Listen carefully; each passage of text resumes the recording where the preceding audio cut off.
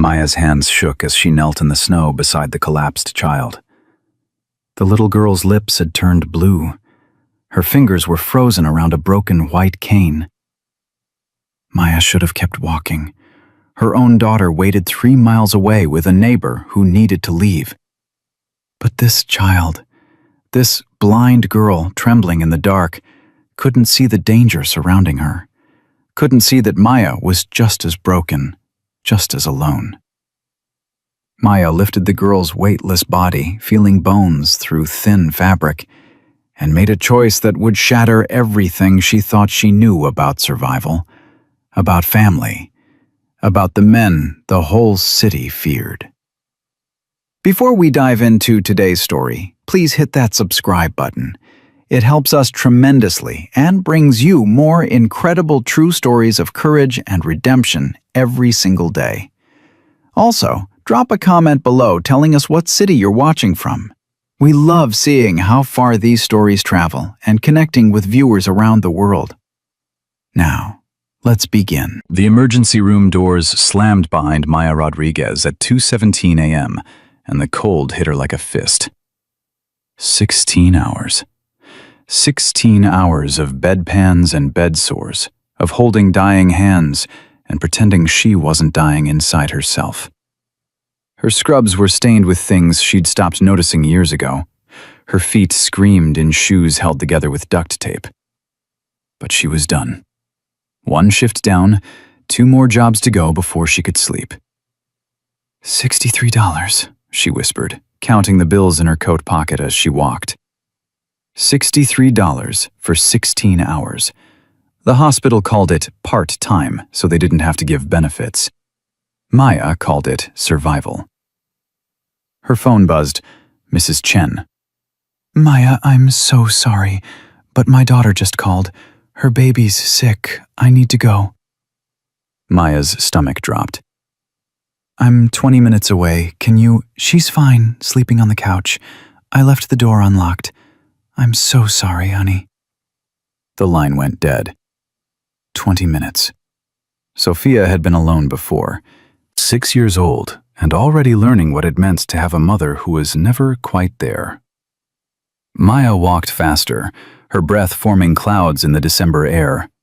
The snow had started an hour ago, light at first, but now it fell in thick curtains that erased the streetlights. She cut through the industrial district. Faster route, emptier. Dangerous, maybe, but fear was a luxury she couldn't afford. The bus station loomed ahead, its fluorescent lights flickering against the storm. Maya almost missed her. Almost. A shape against the wall, too small, too still. Maya stopped. "Hello?" Nothing.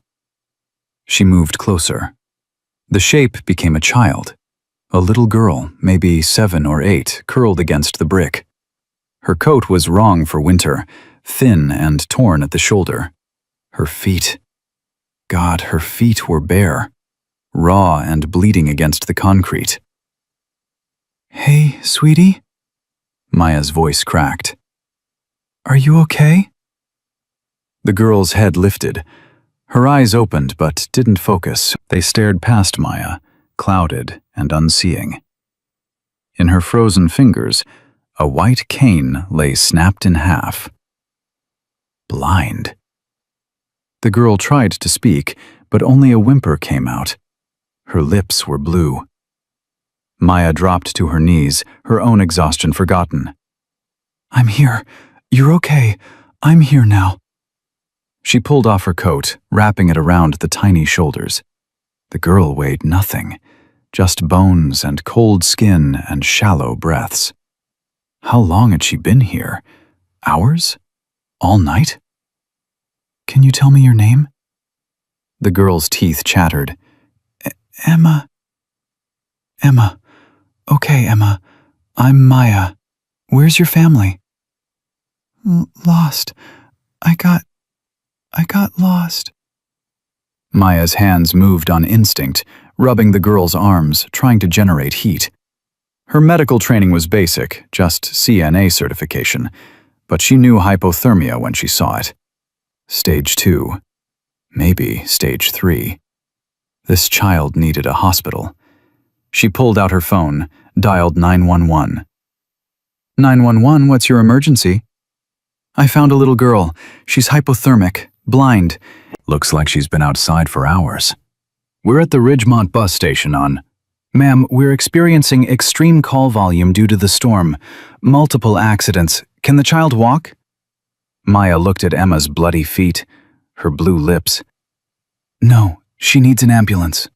We'll dispatch as soon as possible. Could be 90 minutes. Can you get her to warmth? 90 minutes. Emma didn't have 90 minutes. Forget it. Maya hung up. She scooped Emma into her arms. The girl's head lolled against her shoulder, consciousness fading. Maya's mind raced. The hospital was 10 blocks back. But Sophia was alone, waiting, scared probably, in an unlocked apartment. Emma's breath rattled. Weak, getting weaker. Maya looked down at this stranger's child, then thought of Sophia. What if this was Sophia? What if her baby girl was the one freezing and blind and alone while strangers walked past? The choice wasn't a choice at all. Hold on, Emma. Just hold on. The 24-hour diner was 6 blocks away. Maya knew because she'd worked there on weekends before they cut her hours. Her arms burned carrying Emma, but she didn't stop, couldn't stop. The snow had turned vicious, wind whipping it sideways, erasing the world. Emma stirred. Mommy? The word broke something in Maya's chest. Not mommy, sweetie, but I've got you, I promise. Where's my daddy? We're going to find him. First, we get you warm. The diner's neon sign appeared through the storm like a miracle. Maya shouldered through the door, and the heat hit them both. The night cook, Randy, looked up from his grill. Holy hell, Maya, what?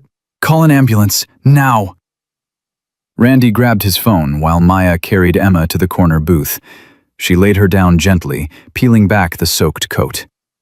Emma's dress underneath was party nice, all wrong for winter.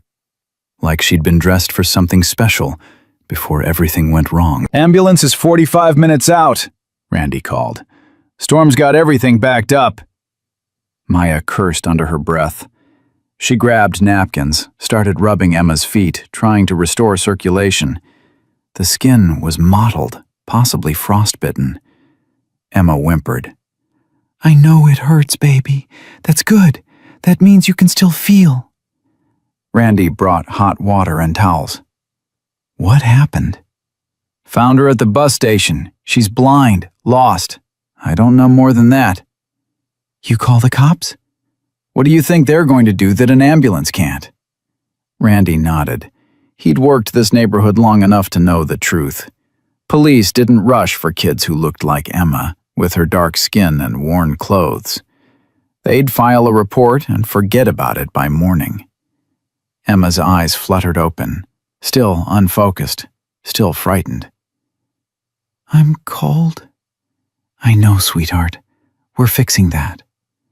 Maya wrapped the hot towels around Emma's feet, watched her wince. Can you tell me what happened? How did you get lost? Emma's lip trembled. There were bad men. Daddy was yelling. Someone grabbed me, put me in a car. I got scared and I ran when the car stopped. But I couldn't see where I was running. I just kept going until I couldn't go anymore. Maya's blood froze. Grabbed. Car. This wasn't a lost child. This was something worse. Did the men hurt you? Emma shook her head. They were talking about Daddy. About making him do something. I don't know what. Then the car stopped and the door was open and I just ran. Kidnapping. Maya was holding a kidnapped child. Her hands started shaking again, but not from the cold. Randy leaned in, voice low. Maya, if this is what I think it is, get her some food, Maya cut him off. Hot chocolate, soup, whatever we've got. Randy hesitated, then nodded and headed to the kitchen. Maya turned back to Emma. The girl was crying now, silent tears sliding down her cheeks. I want my daddy. We're going to find him, okay? But first, you need to eat something. Can you remember anything about where you live? Emma's face scrunched in concentration. There's motorcycles, lots of them, really loud, and men with beards who smell like smoke. Daddy has a leather jacket with a bird on it, a big bird with its wings out. Maya's heart sank. Motorcycles, leather, birds. She knew what that meant. Everyone in Ridgemont knew. She left Emma for just a moment, walked to the bathroom in the back. Her hands gripped the sink as she stared at her reflection. 48 hours without sleep. Medical debt collectors calling 3 times a day. Sophia alone in that apartment. And now, this. She looked up at the bulletin board by the bathroom door. Flyers for lost pets, garage sales, church services.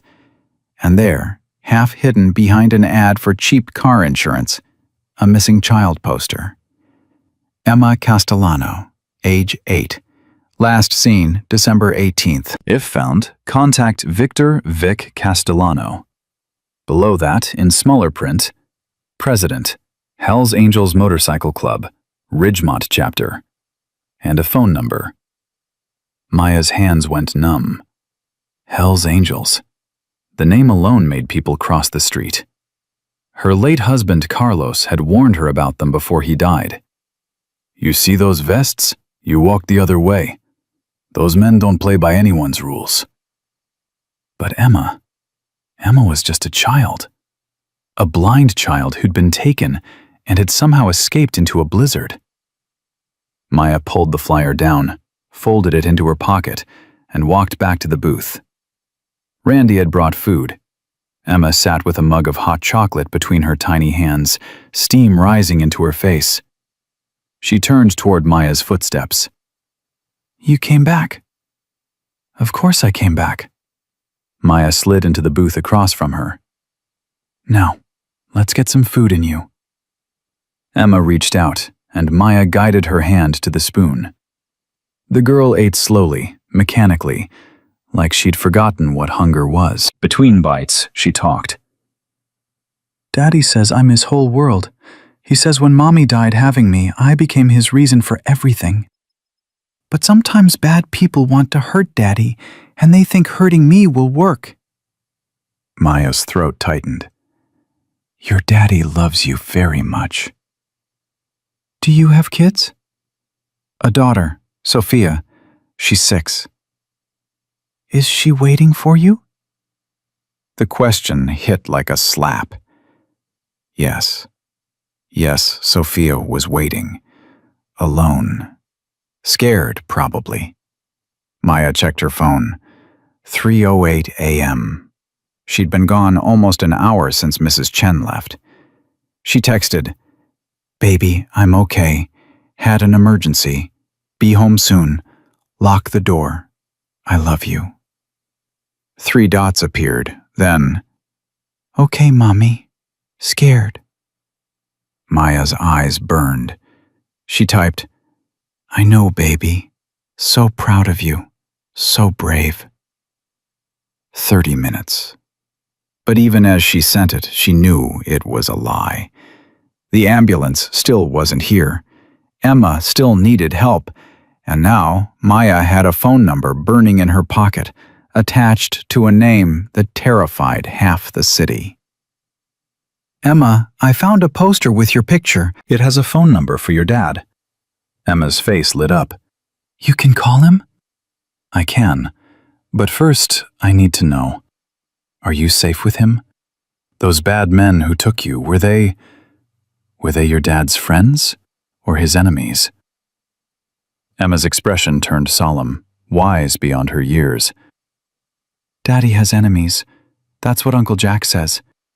Daddy keeps us safe from them, but sometimes they try to hurt us anyway. Those men who took me, they weren't Daddy's friends. They hated him. Maya pulled out the flyer, looked at the number. Her hand hovered over her phone. Once she made this call, there was no going back. Vic Castellano would know who she was, where she was. Men like him didn't forget debts, didn't forget faces. But Emma, God, Emma was just sitting there, blind and trusting, and waiting to go home. Maya dialed. The phone rang once, twice. Then a voice answered, rough and desperate. "Who is this?" "Mr. Castellano, my name is Maya Rodriguez. I have your daughter." Silence, then an explosion of sound. Shouting in the background, motorcycles revving, chaos. "Put her on, right now." Maya handed the phone to Emma. "It's your dad." Emma's whole body relaxed. "Daddy?" Maya couldn't hear the other side, but she watched Emma's face transform from fear to joy to tears. "I'm okay, Daddy. A nice lady found me. Miss Maya. She's taking care of me." More talking. "I don't know where. A restaurant? It's warm, and there's hot chocolate." Emma held out the phone. "He wants to talk to you." Maya took it, her heart hammering. "Hello?" "Where are you?" No introduction, no thank you, just command. "Randy's Diner, corner of 5th and Industrial." "Don't move. Don't let her out of your sight. Don't talk to anyone. We're coming." "Mr. Castellano, I need to—" 15 minutes. The line went dead. Maya stared at the phone. 15 minutes. She looked at Emma, who was smiling now, exhausted but happy. Then she looked at Randy, who'd gone pale. "Maya," he whispered, "you just called the hellsangels. They're coming here." What was I supposed to do? Literally anything else.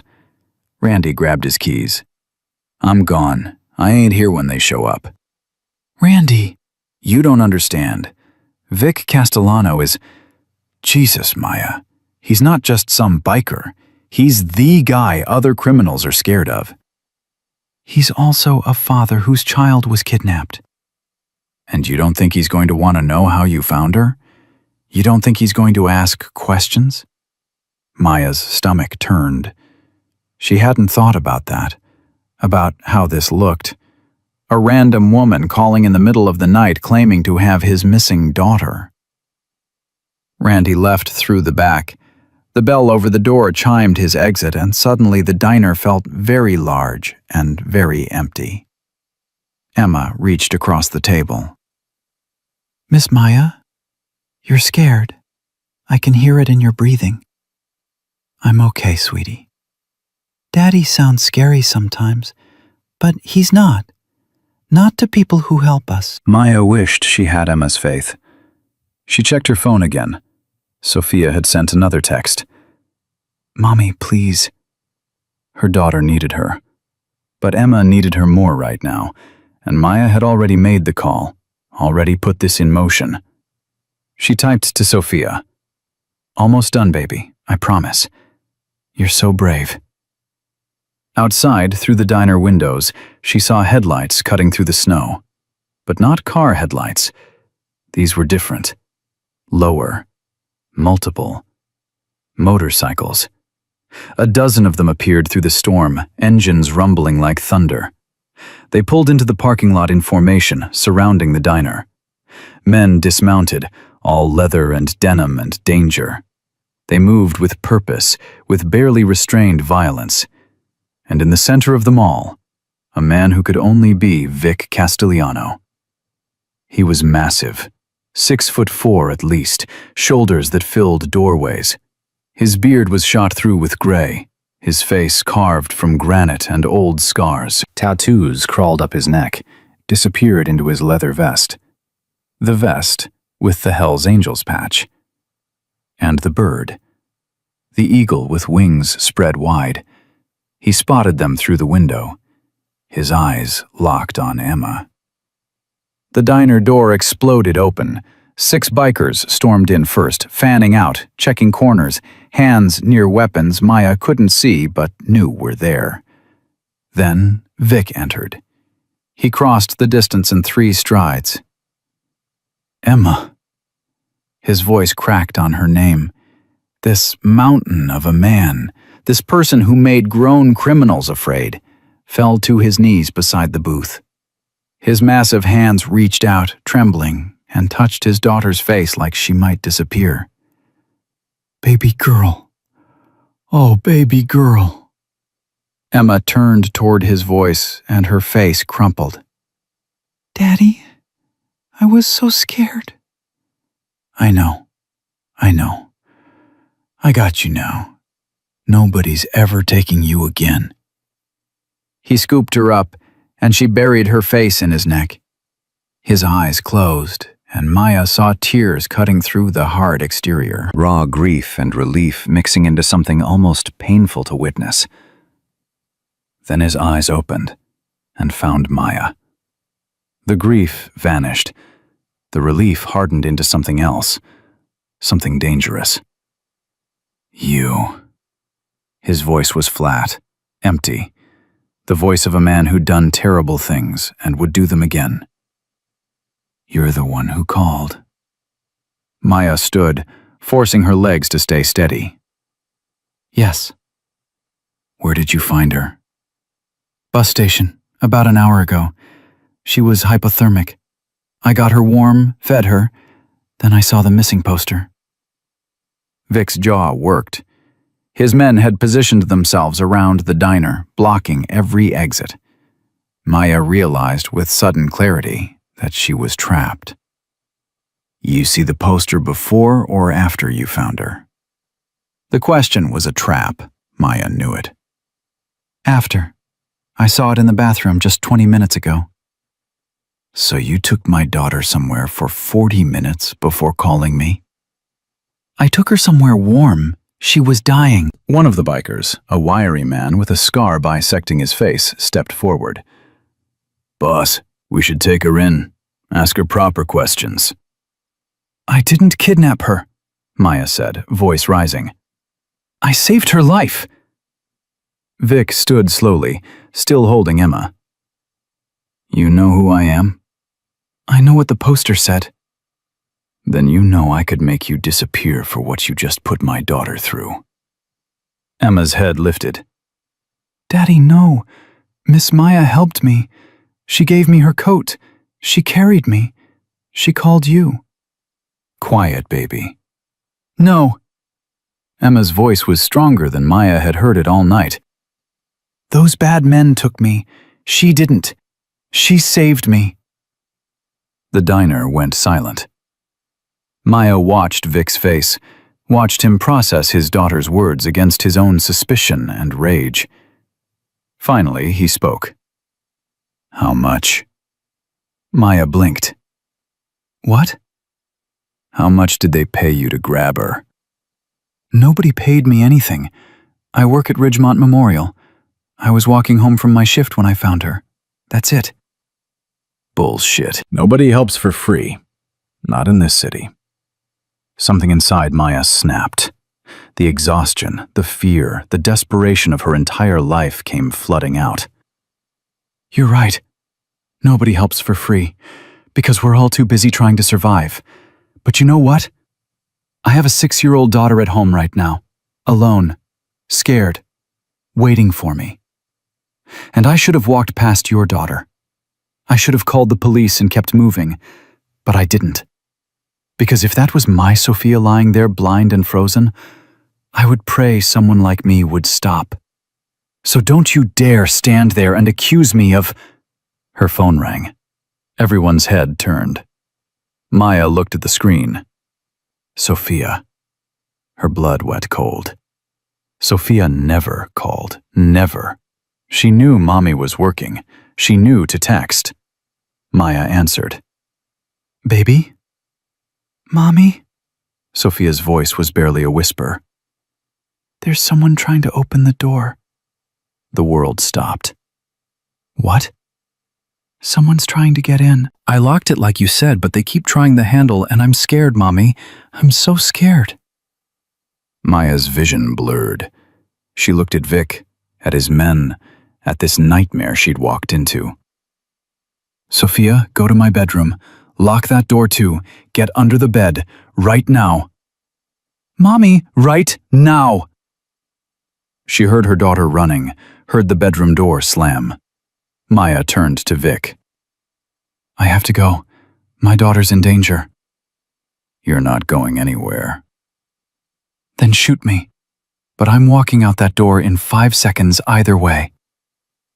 Vic studied her, really looked at her for the first time, saw the hospital scrubs under her coat, the exhaustion carved into her face, the terror that had nothing to do with him and everything to do with the little girl 3 miles away. Emma tugged on his vest. "Daddy, let her go. Please. Her baby needs her like I needed you." Something shifted in Vic's expression. He jerked his head at 2 of his men. "Ghost, Reaper, escort her. Make sure she gets there safe.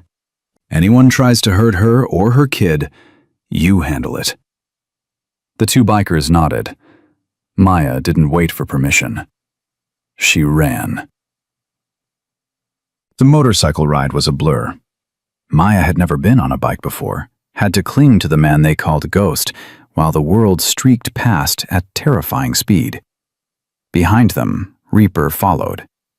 The storm tried to slow them, but these men rode like they were born to it. 7 minutes. That's how long it took to cross 3 miles. They skidded to a stop outside Maya's building. She jumped off before the bike stopped moving, sprinted toward the stairs. Ghost and Reaper followed, hands inside their jackets. Maya's apartment door was closed, but the lock was scratched. Fresh marks. Someone had tried to pick it.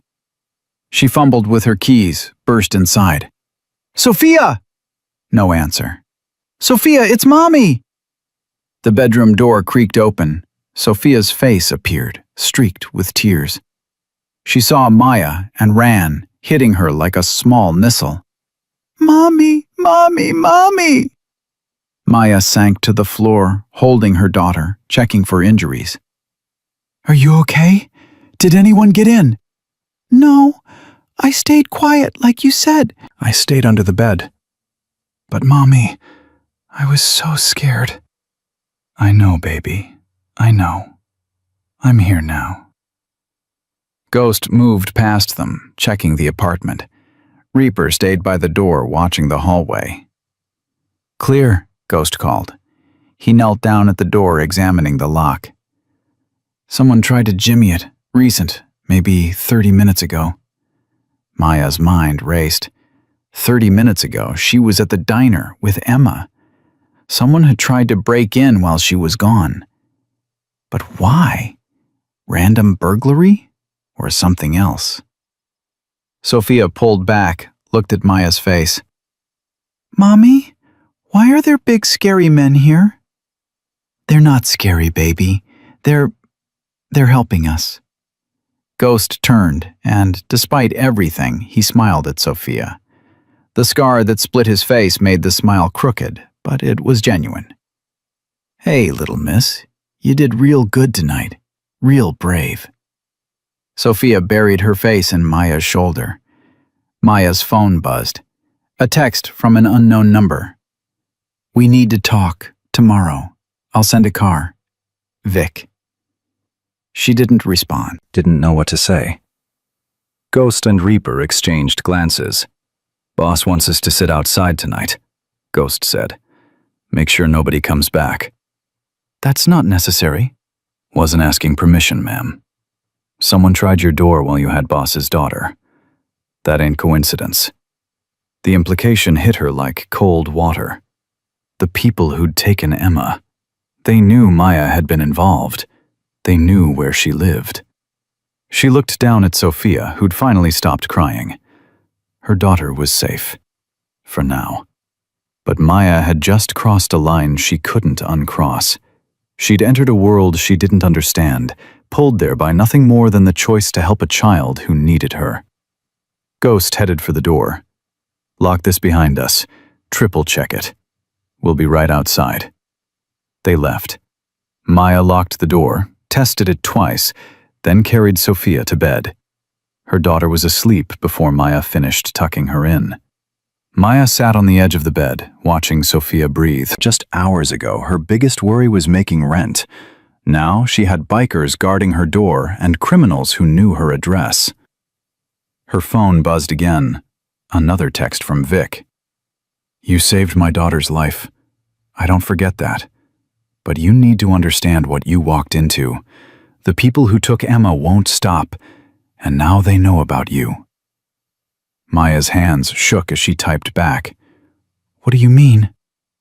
The response came immediately. "Tomorrow, we talk. Until then, you're protected. Try to sleep." Sleep. As if that was possible. As if she could close her eyes and pretend this was just another nightmare shift at the hospital. But when she looked at her daughter, sleeping peaceful now despite everything, Maya knew the truth. She'd made a choice tonight, and that choice had consequences she was only beginning to understand. Outside, she heard the rumble of motorcycle engines, low, steady, the sound of men who didn't sleep when one of their own was threatened. And Maya, for the first time in 4 years of survival, wasn't entirely alone. She just didn't know yet if that was salvation or damnation. Maya woke to knocking. Not soft knocking, the kind that meant business. She jolted upright, heart already racing, and checked the time. 7:43 a.m. 3 hours of sleep. Her body screamed, but adrenaline overrode everything. Sophia stirred beside her. They'd slept together, Maya too afraid to let her daughter out of arm's reach. "Mommy, who is it?" "Stay here." Maya grabbed the baseball bat she kept by the bed, the one that had been Carlos's. She crept to the door, looked through the peephole. Ghost stood there, holding a coffee tray and a paper bag. Behind him, Reaper leaned against the hallway wall, watching the stairs. She opened the door a crack, chain still on. "What do you want?" "Boss sent breakfast. Said you'd need it." Ghost held up the bag. "And coffee. Real coffee, not that hospital vending machine shit." Despite everything, Maya's stomach growled. She hadn't eaten since her shift started yesterday. 28 hours ago. She undid the chain. Ghost handed her the bag. Inside, real food. Eggs, bacon, toast. 2 of everything. 1 for Sophia. He also sent this. Ghost pulled an envelope from his jacket. Thick. Heavy. Maya didn't take it. "What is it?" "Money. For your trouble." "I don't want his money." "Ma'am, with respect, you're about to lose a day's work because of what happened. Maybe more. This covers it." "I said I don't want it." Ghost's expression didn't change. "Then don't spend it. But you're taking it. Because if you don't, Boss will think you're refusing his gratitude, and that insults him. You don't want to insult him." The words weren't a threat, just a statement of fact. Maya took the envelope. "Car's coming at 9. Boss wants to talk." "I have work." "Called in sick for you. Hospital thinks you got the flu." Maya's jaw dropped. "You can't just—" "Already done. 9 a.m. Be ready." Ghost left before she could argue. Maya stood there, envelope in hand, feeling control of her life slipping further away. Sophia appeared in the doorway, rubbing her eyes. "Is that food?" They ate in silence. The eggs were perfect. The coffee was strong enough to wake the dead. Maya hated how good it tasted, hated that she was grateful for it.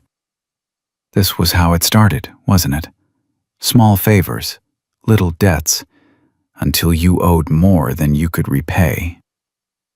She opened the envelope. $5,000. Cash. Her vision blurred. $5,000. That was 3 months of rent, 6 months of groceries. Sophia's medication for her asthma, the stuff insurance wouldn't cover. It was everything Maya had been drowning without. And it was a chain around her neck. Sophia noticed the money. Mommy, that's a lot. It is. Are we rich now? Maya's laugh came out broken. No, baby, we're not rich. Then why did they give it to us? How did you explain debts to a 6-year-old? How did you explain that nothing in this world came free? Because I helped someone, and they wanted to say thank you. That's nice. Nice. God, if only it were that simple. At 8:55, Maya dressed in her only clean pair of jeans and a sweater that had seen better days. She braided Sophia's hair, packed her daughter's coloring books and snacks. No way was she leaving Sophia alone again. The car arrived precisely at 9. Not a motorcycle this time, but a black SUV with tinted windows. Ghost opened the back door. She comes too, Maya said, holding Sophia's hand. Ghost glanced at Sophia, then nodded. Boss figured. They drove through parts of Ridgemont Maya had never seen, past the gentrified downtown, past the industrial warehouses, into territory where buildings wore their scars like badges. The SUV pulled up to a compound surrounded by chain link and razor wire. The Hellsangels clubhouse. Sophia's hand tightened in Maya's. Mommy, I'm scared. Me too, baby. But we're brave together, okay? Inside, the clubhouse was nothing like Maya expected. She'd imagined a dark den of violence and drugs. Instead, she found a large open space that looked almost like a VFW hall.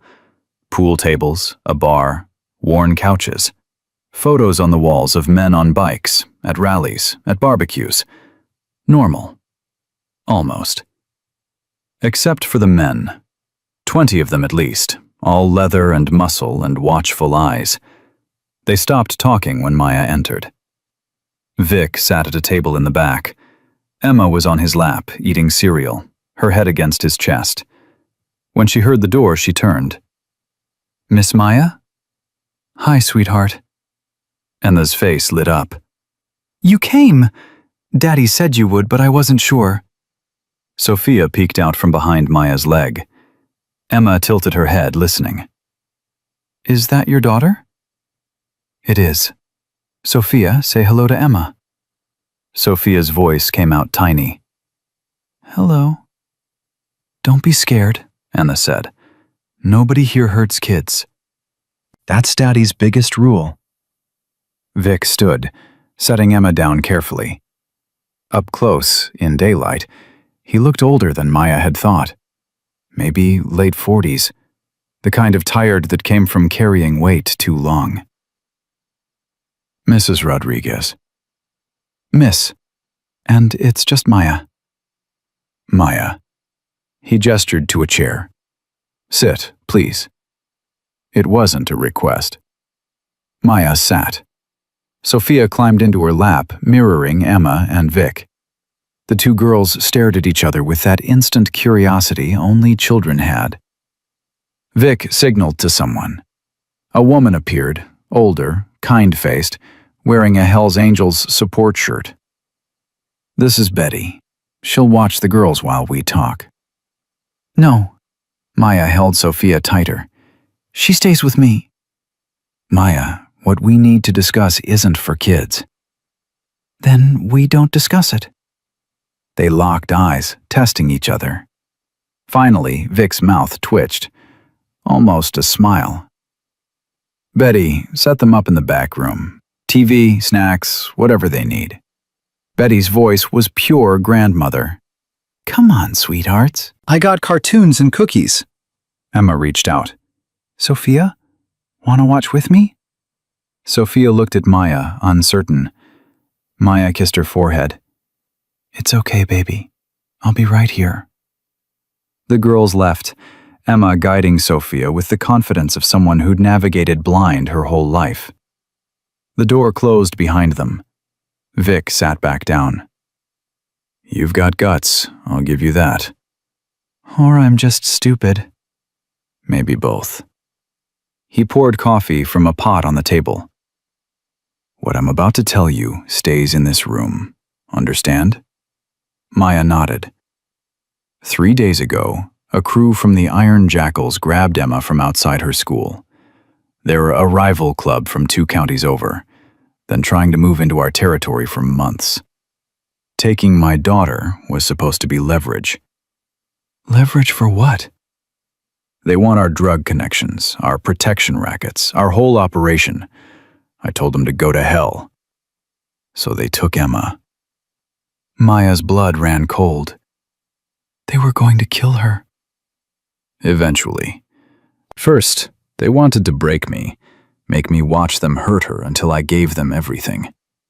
His voice was flat, emotionless, but his hands shook. Emma got lucky. The idiots left her in a car with the door unlocked. She heard them arguing outside, realized they weren't watching, and she ran. Blind girl in a snowstorm, just running on pure terror. How did she get so far from where they took her? Best we can figure, she ran for 3 hours. 3 hours in the cold, no coat, no idea where she was going. Just away. His jaw worked. If you hadn't found her. But I did. You did, which created a problem. Maya's stomach dropped. What kind of problem? Vic leaned forward. The Jackals had someone watching my place, waiting for me to crack. They saw you bring Emma in, saw my men escort you home. They know you're involved now. I'm not involved. I just helped a lost kid. Doesn't matter. To them, you're leverage now. If they can't get to Emma, they'll get to you. And if they get to you, they get to Sophia. The room felt too small suddenly. Maya couldn't breathe. This wasn't happening. This couldn't be happening. Why are you telling me this? Because you need to understand what you walked into. And because I'm offering you protection. I don't want protection. I want my normal life back. That life ended the second you picked up my daughter. Vic's voice was hard. I'm sorry, truly. But the Jackals don't forget. They sure as hell don't forgive. Right now they think you're one of mine. And as long as they think that, they'll come for you. Maya stood, chair scraping. Then tell them I'm not. Tell them I was just some random person who... They won't believe it. And even if they did, it wouldn't matter. You humiliated them. Their prize ran away and ended up safe because of you. That's a debt they'll want to collect. So what am I supposed to do? Join your club? Become some biker's old lady? The room went dead silent. Several of the men shifted, hands moving toward weapons. Maya realized too late she'd crossed a line. But Vic just laughed, hard and genuine. Old lady, Jesus, you got fire! He waved the men down.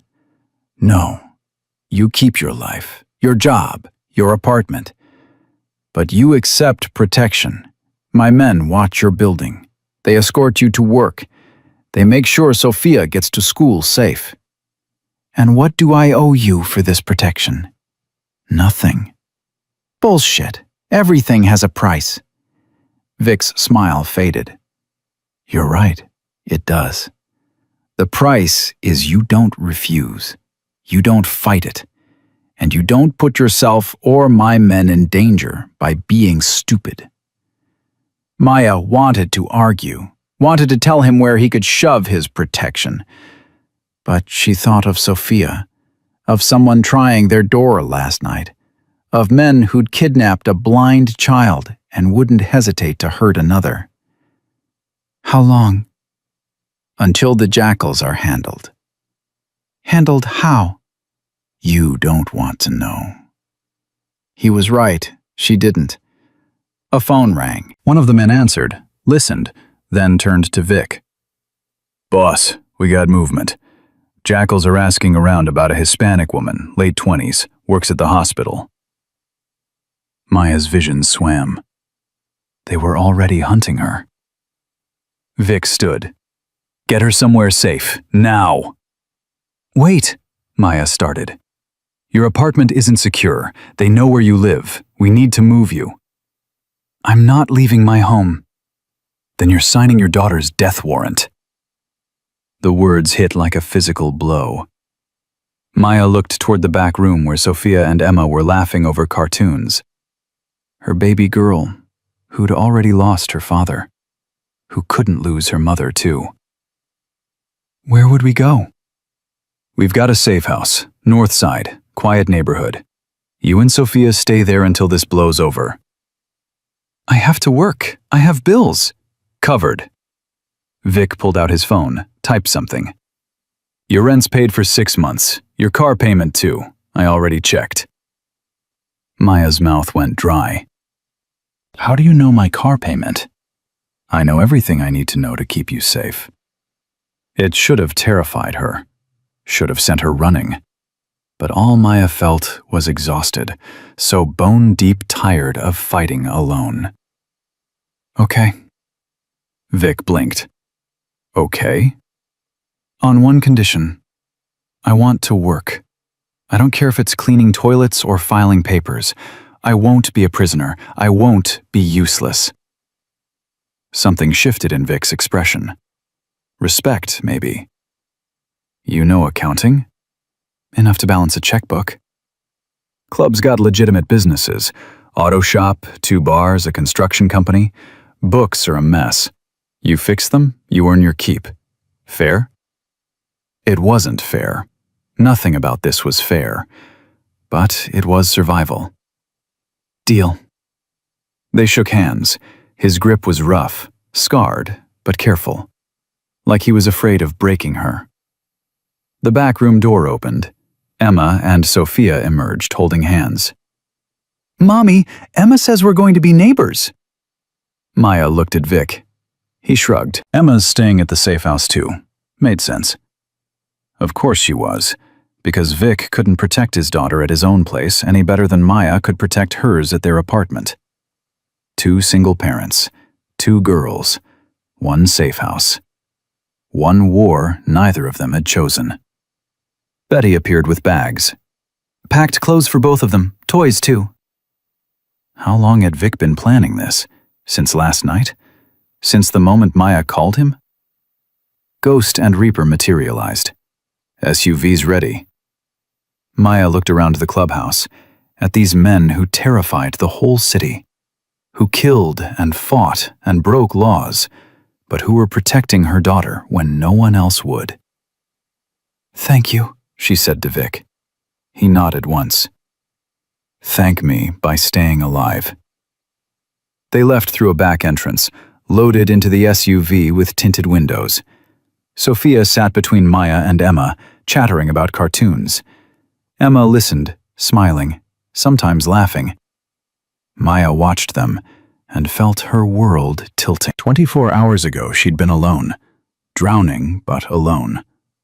Now she had bikers guarding her life and a child who wasn't hers depending on her presence. Her phone buzzed. A text from an unknown number. "We know who you are, Maya Rodriguez. We know where you work, where your daughter goes to school. You made a mistake helping Castellano. We're going to teach you what happens to people who interfere." Maya's hands went numb. She looked at Ghost in the driver's seat. "They just texted me." Ghost's jaw tightened. "Show me." She handed him the phone. He read it, then passed it to Reaper. "Boss needs to see this." "How did they get my number?" "Same way they knew where you lived. They've got someone on the inside. Cop, probably. Maybe hospital admin." Sophia tugged Maya's sleeve. "Mommy, what's wrong?" Maya forced a smile. "Nothing, baby, just work stuff."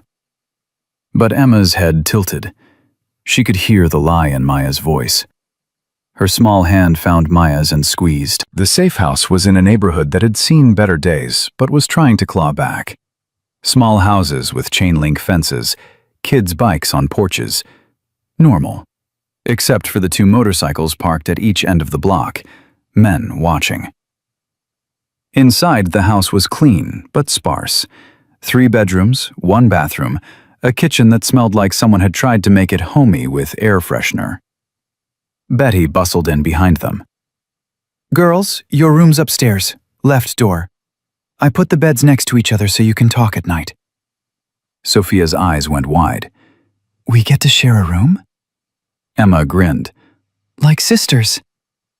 They thundered upstairs, all fear forgotten in the magic of a sleepover that wouldn't end. Maya stood in the kitchen, staring at refrigerator someone had stocked. Real food. Fresh vegetables. Milk that wasn't about to expire. Betty touched her shoulder. It's a lot, I know. I don't know how to do this. Do what, honey? Be protected. Accept help. I've been alone so long, I forgot what it feels like. Betty's smile was sad. Vic was the same way when Emma's mama died. Pushed everyone away. Tried to do it all himself. Nearly killed him. Sometimes the strongest thing we can do is let someone else carry the weight for a while. Upstairs, the girls giggled. Emma was teaching Sophia how to navigate with her hands instead of her eyes. Sophia was teaching Emma how to draw dragons. 2 children who should have nothing in common, finding everything that mattered. Maya's phone rang. The hospital. Miss Rodriguez, this is Administrator Chen. We need to discuss your absence. I called in sick. You've called in sick 3 times this month. We're concerned about your reliability. 3 times. Because Sophia had asthma attacks. Because Maya had the flu. Because life didn't stop just because she had a shift. I'll be back tomorrow. Actually, we need to put you on administrative leave. Pending review. Maya's world stopped. You're firing me? Not firing, reviewing. There have been concerns about your judgment. What concerns? A pause. Too long. Someone reported seeing you with known criminals, motorcycle club members. We can't have that associated with our staff. They knew. The jackals had gotten to the hospital, had told them just enough to make Maya toxic. I see. We'll be in touch. The line went dead. Maya stood there, phone in hand, feeling the last pieces of her normal life crumble. Her job, her income, her independence. Gone. Betty was watching. What happened? I just lost everything. No, you didn't. Betty's voice was firm. You lost a job that wasn't paying you enough anyway. You didn't lose your daughter. You didn't lose yourself. And you sure didn't lose the people who are going to make sure you come out of this alive. Maya wanted to believe her, wanted to think this was temporary. But she'd seen how these things went. Once you were marked, once you were associated with the wrong people, there was no going back. She walked outside, needing air. Ghost was on the porch, smoking. You okay? No. He nodded, like that was the right answer. Boss said you might want to talk. He's good at listening. Better than you'd think. Why are you doing this? Any of you? You don't know me. Ghost took a long drag. You know what Emma told Vic this morning? Maya shook her head. She said you smelled like her mama, that you held her the same way. And when Vic asked what she meant, Emma said, like I'm the most important thing in the world. Ghost looked at Maya. Vic would burn this city down for someone who made his daughter feel that way. And so would the rest of us. Maya's eyes burned. She didn't deserve this, didn't deserve their loyalty or protection or any of it. I'm just a CNA who made one decent choice. That's all it takes sometimes. One choice. Everything else follows. Inside, the girls called for Maya. Sophia wanted to show her something Emma had taught her. Maya went back in, back to the temporary home, back to the life she hadn't chosen, but was learning to live. And in that moment, wiping her daughter's happy tears while a blind girl giggled beside them, Maya realized something terrifying. She wasn't afraid of the jackals anymore. She was afraid of how much she was starting to depend on the people protecting her. Because depending on anyone meant they could leave, could disappear, could die like Carlos did, leaving her alone again. But when Emma grabbed her hand and said, "You're my second favorite person, after Daddy," Maya understood the real truth. She'd already crossed the point of no return. Now she just had to survive what came next. 3 days in the safe house, and Maya learned that waiting was its own kind of torture. Sophia and Emma had settled into a rhythm, two girls building a world where blindness and poverty didn't matter. But Maya felt the walls closing in. Every motorcycle that passed outside made her jump. Every phone call could be the one that changed everything. She was folding laundry in the kitchen when Vic arrived, unannounced. No knock, just the sound of the front door opening and boots on hardwood. "It's just me," he called out. Maya appeared in the doorway, basket on her hip. You ever think about knocking? "It's my safe house." I'm living in it. They stared at each other, then Vic's mouth twitched. "You're right. I'll knock next time." The concession surprised her. Men like Vic didn't apologize or adjust. At least, that's what she'd thought. The girls are upstairs, drawing, I think. Vic's expression softened instantly. Emma's teaching Sophia how to draw by touch? Sophia's teaching Emma about dragons. They've got a whole mythology going. Dragons. Vic's voice carried something Maya couldn't name. Longing, maybe. Emma's mama used to tell her dragon stories. Did every girl needed to believe in something fierce that could protect them? It was the first time Vic had mentioned Emma's mother beyond the bare facts. Maya set down the laundry. How long has it been? 8 years. Emma was born, and Sarah just bled out. They couldn't stop it. His hand went to his vest, touched a spot over his heart. I got Emma, but I lost everything else that mattered. I know that feeling. Different, but the same. Your husband? Factory accident. Sophia was 2. One minute we were planning her birthday party, the next I'm planning a funeral. Maya's throat tightened. He was working a double shift to pay for the party. 15-hour day, exhausted. Fell asleep operating a press. Crushed his chest. Vic's jaw worked. You blame yourself. Every single day. Yeah. He looked up the stairs where the girls' laughter echoed. Every single day. They stood in shared silence. Two people who'd learned that survival meant carrying guilt you never asked for. The moment shattered when Vic's phone rang. He answered, and Maya watched his whole body go rigid. When? How many? A pause. Damn it, lock it down. Nobody in or out. He hung up, already moving. Get the girls, now. Maya's heart stopped. What happened?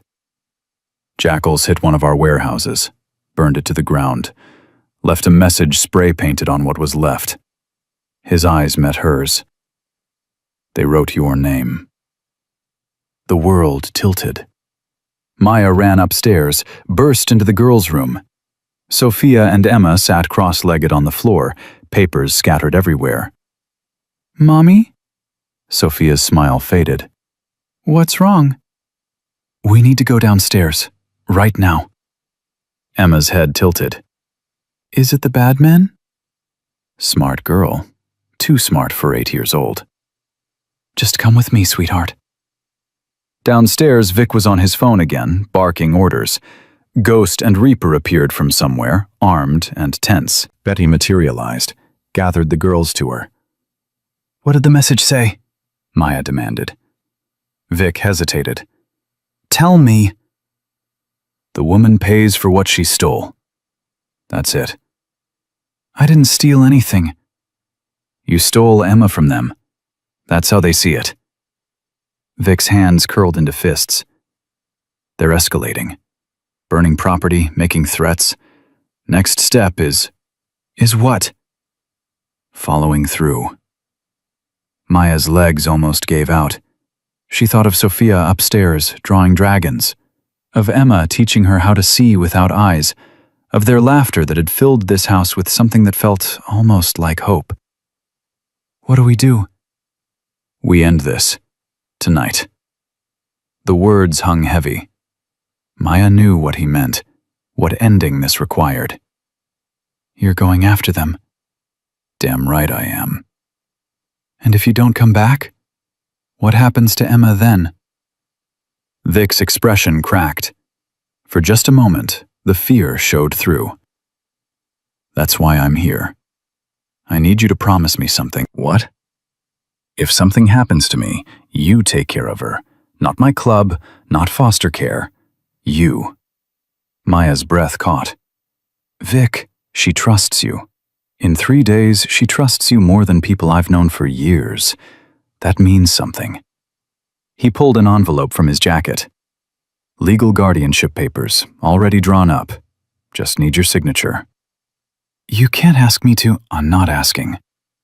I'm begging. His voice broke. My daughter has nobody else.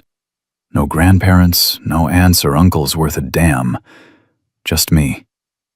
And if the jackals take me out tonight, she'll end up in a system that'll destroy her. You know I'm right. Maya looked at the envelope, at this man who terrified entire neighborhoods asking her to be a mother to his child. What about Betty? Or one of your men? Betty's 67 with a heart condition. My men are soldiers, not fathers. Emma needs someone who already knows how to love a kid more than their own life. His eyes bore into hers. Someone like you. Sophia appeared at the top of the stairs. Mommy, Emma's asking for you. Maya's hands shook as she took the envelope. Don't die tonight. I'll do my best.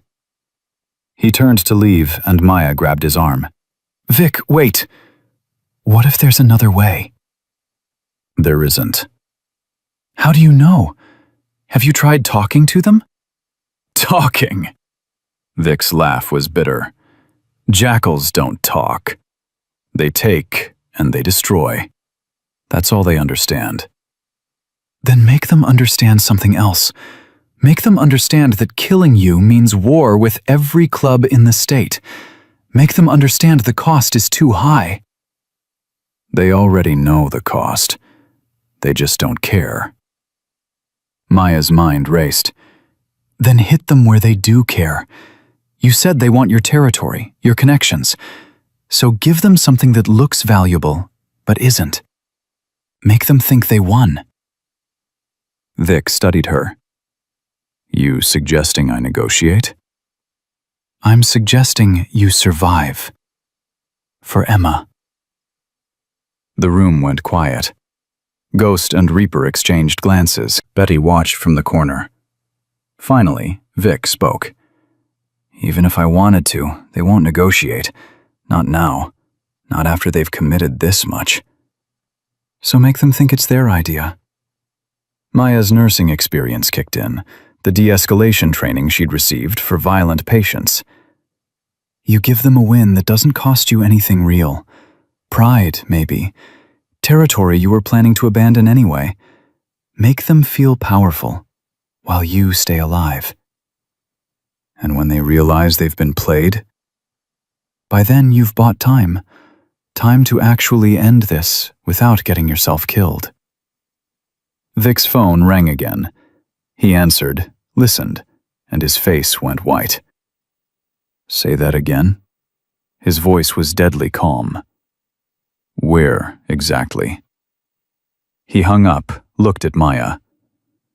They're at Sophia's school. The world stopped. What? Jackals, 3 of them, asking teachers about a student named Sofia Rodriguez, showing her picture. Maya couldn't breathe, couldn't think.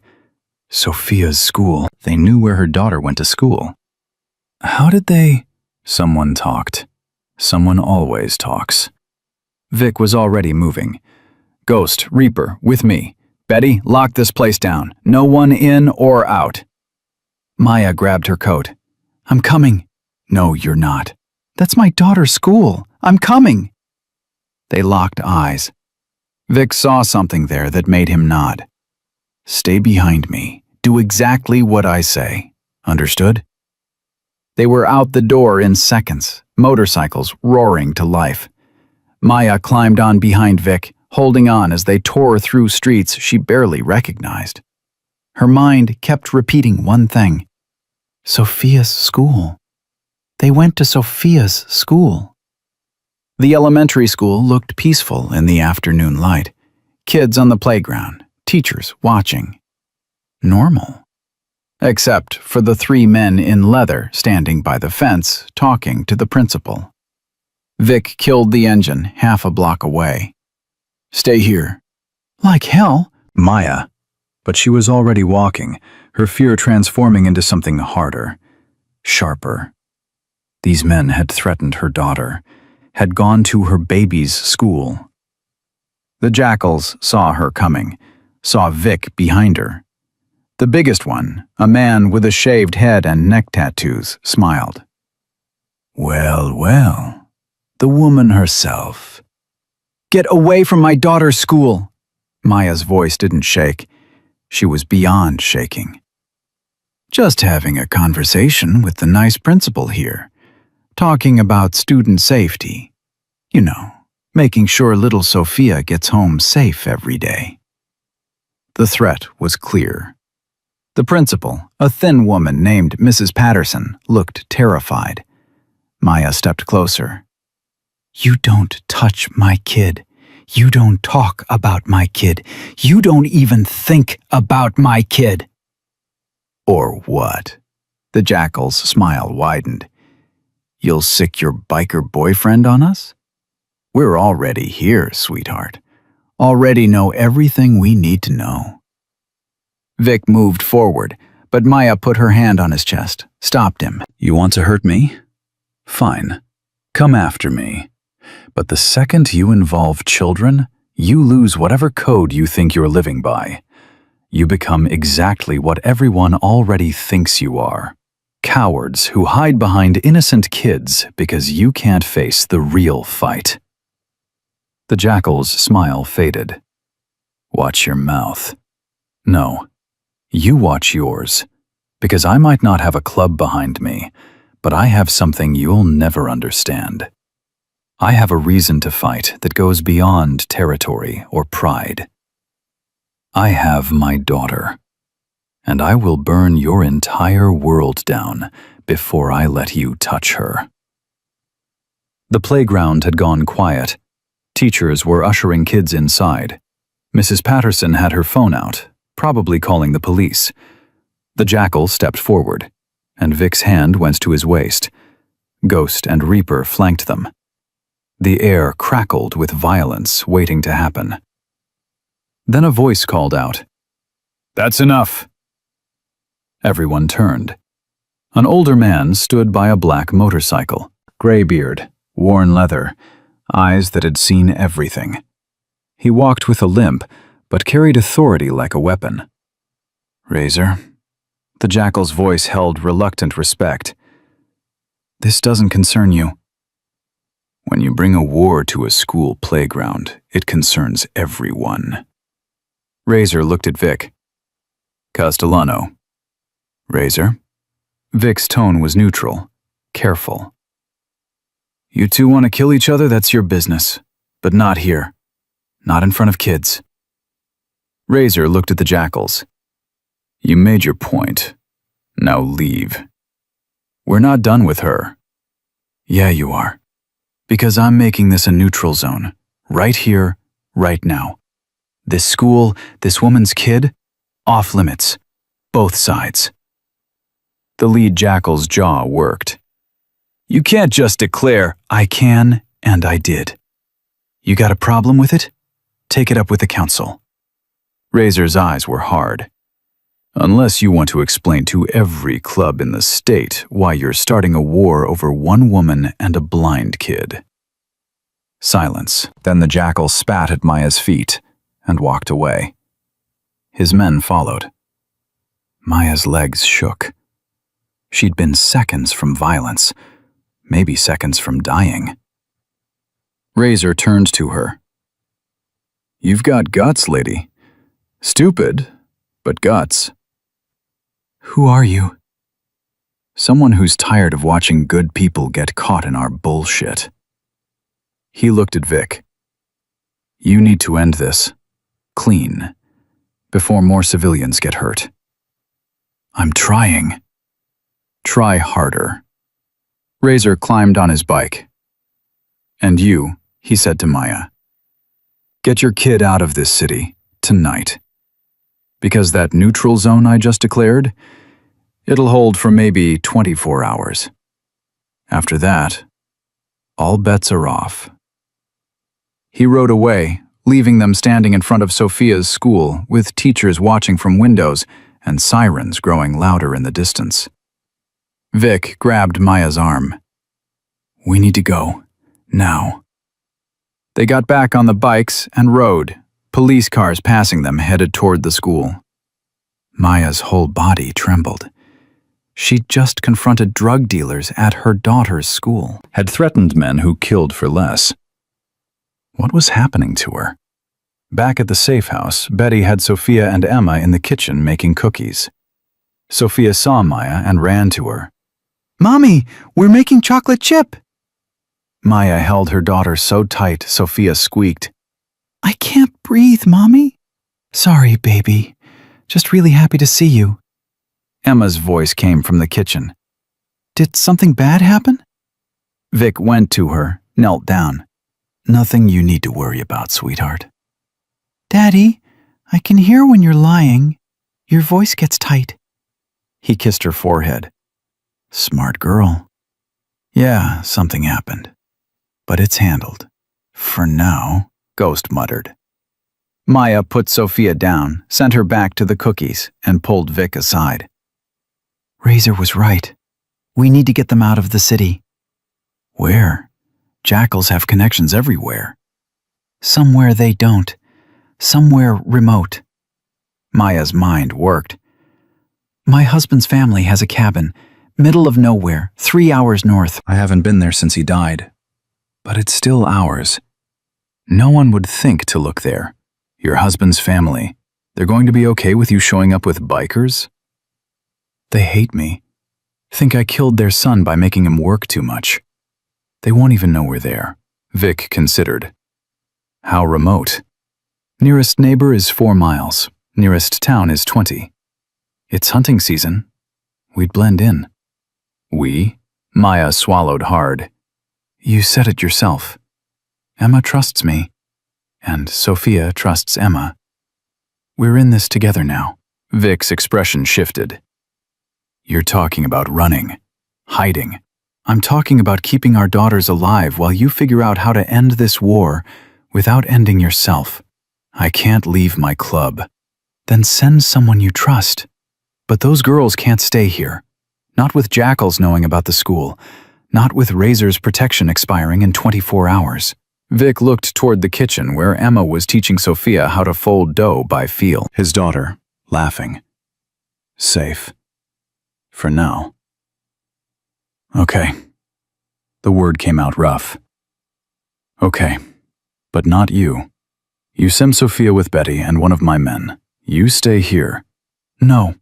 Maya, Sophia just watched me leave her alone while someone tried to break into our apartment. She's terrified every time I'm out of her sight. I'm not sending her away without me. Then you're both in danger. We're already in danger. At least the cabin will be surrounded by woods instead of enemies. They argued for 10 more minutes, but Maya held firm, and finally Vic relented. Ghost goes with you. He's former military. Best shot we've got. He'll keep you safe. What about you? I'm finishing this. Tomorrow night. One way or another. The words carried finality that made Maya's chest tighten. Don't be a hero. Wasn't planning on it. But I'm done running. Done hiding. The jackals want a war? They're about to get one. Maya saw it then. The hardness that made Vic who he was. The willingness to burn everything rather than bend. It was what made him dangerous. What made him powerful. What might get him killed. Emma needs her father. And I need her to be safe. That's why you're leaving tonight. They packed quickly. Betty helped, moving with practiced efficiency. 2 bags each, essentials only. Emma sensed something was wrong, kept asking questions Sophia couldn't answer. At the door, Vic held his daughter. You're going on an adventure. Maya and Sophia and Ghost are going to take you somewhere safe, somewhere with trees and quiet. When are you coming? Soon as I can, baby girl. Promise? Vic's eyes met Maya's over Emma's head. I promise. It was a lie. They both knew it. But sometimes lies were all you had to give. Ghost loaded the SUV while Maya buckled the girls in. Sophia was excited, talking about camping. Emma was quiet, her hand tight in Maya's. Vic appeared at Maya's window. The papers. You didn't sign them. Maya pulled out the guardianship envelope. Because you're coming back. If I don't, you are. Their eyes held. Then Vic did something unexpected. He touched her face, gentle despite his scarred hands. Thank you. For everything. Don't thank me yet. We're not through this. No. But we're through it together. That's more than I've had in 8 years. The SUV pulled away, and Maya watched Vic in the mirror until he disappeared. Watched the safe house fade. Watched the city lights thin as they headed north into darkness. Sophia fell asleep against Emma. Emma stayed awake, her unseeing eyes pointed toward the window. Miss Maya? Yeah, sweetheart? My daddy's going to fight them, isn't he? Maya's throat closed. Yes. He might not come back. He's coming back. But he might not. That's why he hugged me so long. That's why he made you promise. 8 years old and blind, and understanding things that would break most adults. Emma, your daddy is the strongest person I've ever met. He's going to do everything in his power to come back to you. I know, but sometimes everything isn't enough. Emma's voice was small. That's what happened to my mommy. Maya reached back, found Emma's hand. Then we make sure it's enough this time. Ghost drove in silence, checking mirrors every few seconds. They left the highway, took back roads, doubled back twice, making sure no one followed. 3 hours became 4. The cabin appeared finally, a dark shape against darker woods. No lights for miles. No sound except wind through trees. Home. For now. Or hiding. Maya wasn't sure which. She carried Sophia inside while Ghost carried Emma. Betty had called ahead, had someone stock the cabin with food and supplies. Electricity worked, water ran. It was more than Maya expected. The girls shared a room upstairs. Maya tucked them in, Sophia already back asleep, Emma still quiet. Will you stay until I fall asleep? Emma whispered. Of course. Maya sat on the floor between their beds, holding both their hands. Outside, Ghost did a perimeter check. The cabin settled around them, old wood creaking. Miss Maya, if something happens to Daddy and I have to live with you, would Sophia be my sister? For real? Maya's eyes burned. For real. Good. I always wanted a sister. Emma's breathing evened out. Maya waited until both girls were deep in sleep before she allowed herself to cry. Quiet tears that wouldn't wake them. Tears for daughters who'd lost too much already. Tears for a man riding into violence to protect them. Tears for herself, for the life she'd had 3 days ago that seemed like another person's memory now. Ghost found her in the kitchen at dawn. Perimeter secure. No one followed us. Good. You should sleep. Can't. He poured coffee, handed her a mug. Vic's tough. Tougher than most. He'll come through. You believe that? Ghost hesitated. I believe he'll try. It wasn't the reassurance Maya wanted, but it was honest. Her phone buzzed. A text from Vic. In position. Going dark. Keep them safe. Maya typed back. Come home to your daughter. No response. She stared at the phone, willing it to light up again. It stayed dark. Outside, the sun rose over trees. Inside, 2 girls slept peacefully. And somewhere in the city, a war was beginning that would determine if their peace lasted or shattered. Maya set down her phone and went to check on the girls one more time. Because in the end, that's all she could control. Making sure they were safe, federal, loved. The rest was in God's hands now. Or Vic's. And she wasn't sure which scared her more. The first 24 hours at the cabin crawled. Maya checked her phone every 5 minutes, each time finding nothing. Vic had gone dark, and the silence was eating her alive. Sophia noticed. Mommy, who are you waiting for? Just checking work emails, baby. You don't have work anymore. You told me. 6 years old and already too observant. Maya pocketed her phone. You're right, I'm being silly. Emma sat at the kitchen table, fingers tracing patterns in spilled sugar. He's okay. I can feel it. How can you feel it? I don't know. I just do. Like how I know when Sophia's sad, even though she's trying to hide it. Sophia's head snapped up. I'm not sad. Yes, you are. You miss our old apartment. You're scared we can't go back. Maya's chest tightened. She'd tried so hard to keep Sophia from understanding how bad things were. But children always knew. Come here, both of you. They came, and Maya pulled them close. Things are different now. Scary and different. But we're together. And as long as we're together, we're going to be okay. Promise? Sophia's voice was small. I promise. It was a lie. Maya had no idea if they'd be okay, but sometimes children needed promises more than truth. Ghost appeared in the doorway. Got movement. Single vehicle, coming up the access road. Maya's blood froze. The girls, upstairs, now. But Mommy, now! They ran. Ghost pulled his weapon, moved to the window. Maya grabbed the kitchen knife, her hands shaking. It's slowing down, Ghost said. Stopping at the gate. Can you see who it is? One person. Male. Getting out. Ghost's posture relaxed slightly. It's Reaper. Relief and terror mixed.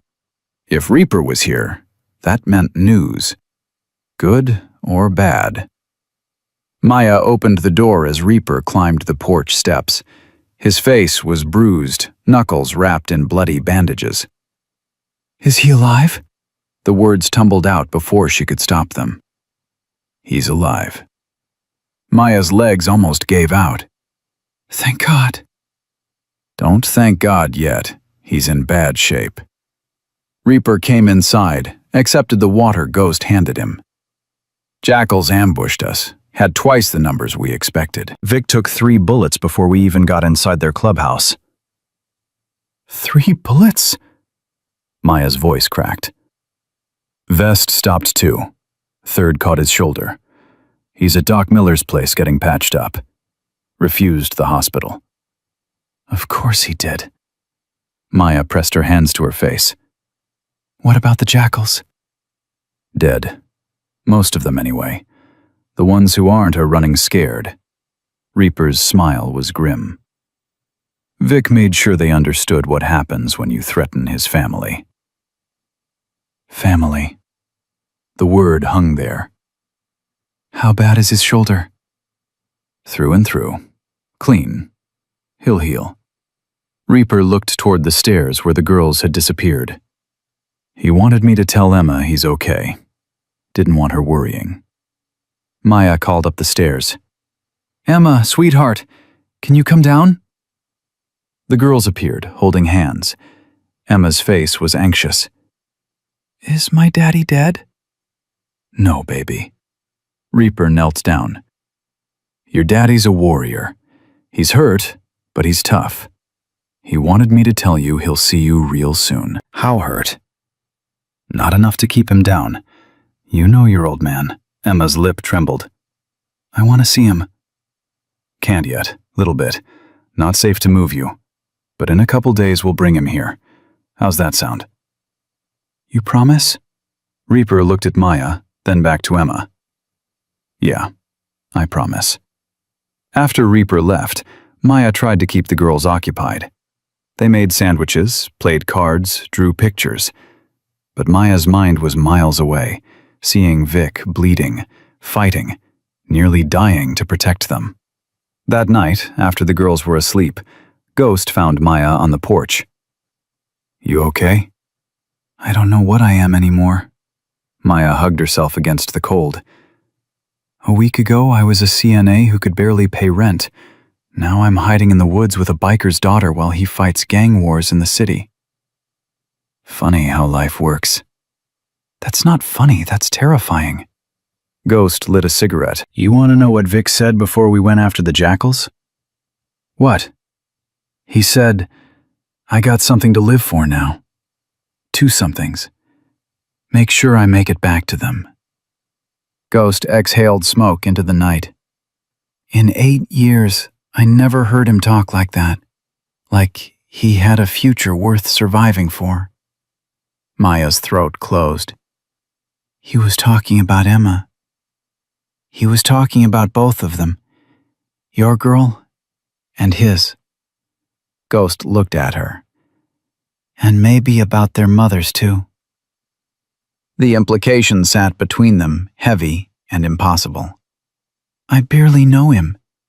You know him enough to sign guardianship papers, to run into the woods to keep his daughter safe, to stand up to jackals at a school playground. Ghost's smile was sad. You know him where it counts. Maya's phone buzzed. Unknown number. She answered warily. It's me. Vic's voice was rough, strained with pain. Are you okay? Been better, been worse. Reaper told you. He did. You should be in a hospital. Can't. Too many questions. Doc Miller's got me fixed up. A pause. How are the girls? Worried? Scared? Emma wanted to see you. Tell her I'll be there in 3 days, soon as I can travel. 3 days? Vic, you were shot. I know what I was. I also know I need to see my daughter. Need to know she's safe with my own eyes. Maya understood that. The desperate need to hold your child, to confirm they were breathing and whole. Okay, 3 days. Maya? His voice softened. Thank you. For everything. For taking care of her. For keeping Sophia safe too. For... for being there. Where else would I be? Most people would have run, would have taken their kid and disappeared the first chance they got. I'm not most people. No, you're not. Something in his tone made her chest tighten. I'll see you in 3 days. The line went dead. Ghost was watching her. He's falling for you, you know. Don't be ridiculous. I've known Vic for 12 years. Watched him shut everyone out after Sarah died. You're the first person I've seen him let in. He's grateful, that's all. Keep telling yourself that. Maya went inside, confused and scared and feeling things she had no right to feel. Vic was a criminal, a gang leader, everything she should stay away from. But he was also a father who'd taken 3 bullets protecting his daughter. A man who'd given Maya more security in 1 week than she'd had in 4 years. What did that make them to each other? The second day brought complications. Sophia woke up wheezing, her asthma flaring from the dusty cabin air. Maya dug through their bags frantically, searching for the inhaler. Gone. No, no, no! She dumped everything out. Not there. Sophia's breathing got worse, shallow, and labored. Emma heard it, went pale. What's wrong with her? Asthma attack. I need her medicine. Maya's hands shook. Ghost! He appeared instantly. What do you need? Albuterol inhaler. Sophia needs it now. Nearest pharmacy is 40 minutes. Then go. Now. Ghost was out the door in seconds. Maya heard the SUV roar to life, tires spitting gravel. Sophia's lips were turning blue. Maya recognized the signs. This was bad.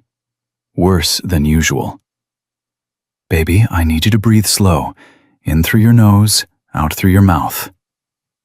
Sophia tried, but panic was setting in. Emma crawled onto the couch beside her, found her hand.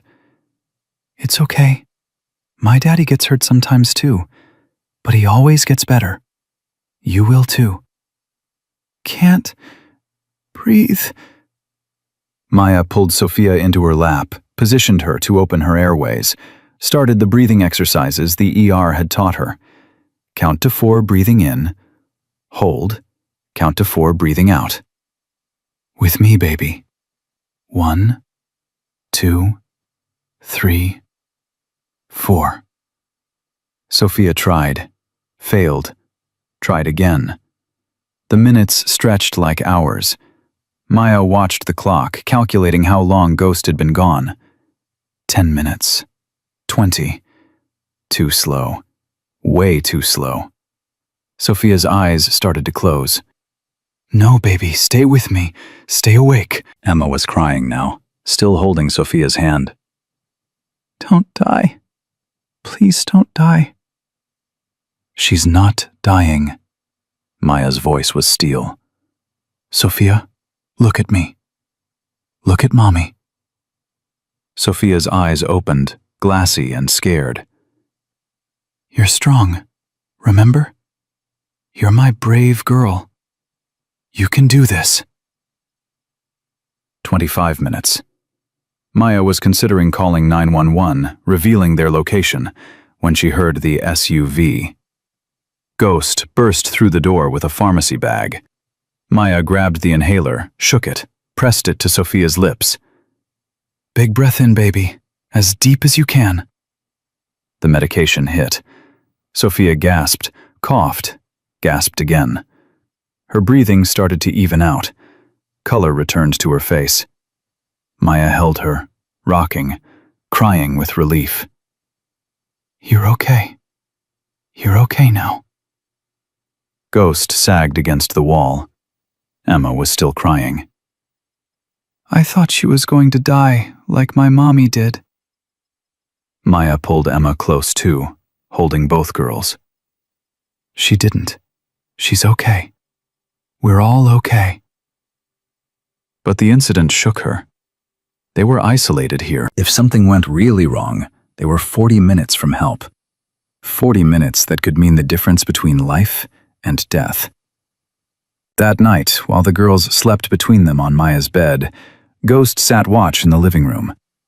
Maya couldn't sleep, kept checking Sophia's breathing, counting the seconds between inhales. Her phone lit up. A text from Vic. Reaper said there was a problem. Everyone okay? Maya typed back. Sophia had an asthma attack. She's fine now. Ghost got her medicine. The response came immediately. I'm coming tomorrow. Can't wait 3 days. You're not healed enough. Don't care. Need to see you're all safe. Maya stared at the message. See you're all safe. Not just Emma. All of them. We'll be here. She set the phone down and looked at the girls sleeping peacefully now. Emma's hand still held Sophia's, even in sleep. 2 children who'd found each other in the chaos, who'd decided they were sisters without asking permission from the world. Maya thought about Vic, wounded and in pain, insisting on coming anyway. Thought about Ghost, driving like a madman to save Sophia. Thought about Reaper taking bullets to protect them all. These men, these dangerous criminals, were treating her and Sophia like family. When had that happened? When had the lines blurred so completely that she couldn't tell where her old life ended and this new one began? The third morning brought Vic. He arrived in the passenger seat of Betty's sedan, his arm in a sling, face pale from pain and medication. Emma heard the car, somehow knew it was him. Daddy! She ran outside before Maya could stop her. Vic caught her with his good arm, held her so tight she squealed. Easy, Daddy, you're squishing me. Good, you deserve to be squished for scaring me half to death. Emma pulled back, her hands finding his face, tracing the new bruises and cuts. You're hurt bad. I'm okay, just a scratch. Liars get their tongues cut out. That's what Uncle Ghost says. Vic laughed, winced at the pain it caused. Okay, not a scratch, but I'm alive. That's what matters. Maya helped him inside while Betty fussed over the girls. Vic moved slow, every step an effort. The bullet wound might be clean, but it was far from healed. You shouldn't be here, Maya said. Needed to see Emma. Needed to see Sophia was okay after yesterday. His eyes met hers. Needed to see you. The last part came out quiet, almost uncertain. I'm fine. You're not. Ghost said you were terrified. Said you held Sophia while she turned blue.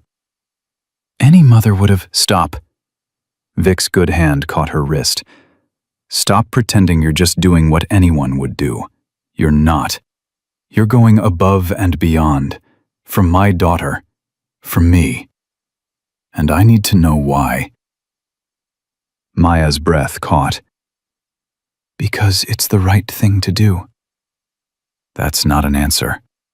What do you want me to say? That I care about Emma? I do. That I'm grateful for your protection? I am. That I... She stopped. The words died in her throat. That you what? Vic's voice was soft. Maya looked at the girls through the window, playing in the yard under Ghost's watchful eye. That I can't remember the last time I felt less alone. The admission hung between them, raw and honest. Vic's thumb traced her wrist. Yeah, me either. They stood like that, connected by more than just circumstance now. By something Maya didn't have words for. Sophia's laughter broke the moment. She and Emma were making a game of catching falling leaves, Emma using her hands to feel where they landed. They're happy, Vic said. They are. What happens when this is over? When it's safe to go back? Maya's stomach dropped. She hadn't thought that far ahead. I don't know. Because I've been thinking about options. Vic turned to face her fully. The club owns properties, apartment buildings mostly, good ones in safe neighborhoods. You and Sophia could have a place. Real security. No more 3 jobs just to survive. I don't want charity. It's not charity. You'd work for it. Keep doing the books like we talked about. Legitimate salary, benefits, the whole thing. It was tempting. God, it was so tempting. And what about Emma? She'd be close. The girls could see each other whenever they wanted. That's not what I'm asking. Maya took a breath. Those guardianship papers. You still want me to sign them? Vic's expression shifted. You said yourself I'm coming back. I did, but things change. Bullets happen. Gang wars happen. She met his eyes. I need to know you're serious, that this isn't just gratitude or fear talking. It's not. Then what is it? It's me realizing that my daughter lights up around you in a way she hasn't since her mother died. It's me understanding that Sophia deserves stability you can't give her alone. It's me wanting. He stopped. Wanting what? Wanting to see what happens if we stop pretending this is temporary. The words landed like stones in water, sending ripples through everything. Maya's phone shattered the moment, buzzing with an incoming call. Unknown number. She answered. Miss Rodriguez? A woman's voice, official and cold. This is Angela Chen from Child Protective Services. We need to talk about your daughter's living situation. Maya's world tilted. What? We received a report that Sofia Rodriguez, age 6, is currently living with members of a known criminal organization. We're opening an investigation. No, that's not. Who reported this? I can't disclose that information, but we need to schedule a home visit within 72 hours, or we'll be forced to take emergency custody. You can't take my daughter. If we determine she's in an unsafe environment, we absolutely can. 72 hours, Miss Rodriguez. We'll be in touch with the location details. The line went dead. Maya stared at the phone, her entire body numb. They were going to take Sophia. CPS was going to take her baby. What happened? Vic's face had gone hard. Child Protective Services. Someone reported me, told them Sophia's living with criminals. The jackals. Vic's voice was pure rage. They can't get to us directly, so they're using the system. They can't take her. I won't let them. Maya, I won't! Her voice broke. I've lost everything else. My job, my home, my entire life. They're not taking my daughter. Vic pulled her close with his good arm. They're not. We'll figure this out. How? They want a home visit. They'll see I don't have a stable home. They'll see the connections to your club. They'll see a mother who'd do anything to protect her child, who kept her safe when no one else would. Vic's voice was steel. And they'll see that she's not alone, that she's got people standing with her. People who are criminals in the eyes of the law. People who are family in the eyes of what matters. Family. There was that word again. Maya pulled back, looked at him. This man who'd been shot protecting them, who'd offered her safety when the world turned against her, who'd somehow become essential in the span of a week. I'll sign the papers, she said. What? The guardianship papers. I'll sign them. Because you're right. Things change. And if something happens to you, Emma deserves a mother who'll fight for her the way I fight for Sophia. Vic's eyes shone. Maya, but I need something in return. Anything. Help me keep Sophia, not with money or intimidation, with the truth. Help me show CPS that I'm providing a stable, loving home, that my daughter is safe and happy and cared for. Even if that means exposing your connection to the club? Even then. Because hiding hasn't kept us safe. Maybe honesty will. It was a gamble, a desperate, terrifying gamble. but Maya was out of options. Vic nodded slowly. Okay. We do this together. Legal. Clean. Show them you're not running from something, you're running toward something better. Outside, Emma called for them. The girls wanted to show them a fort they'd built from fallen branches. Sophia's asthma was forgotten, her laughter ringing through the trees.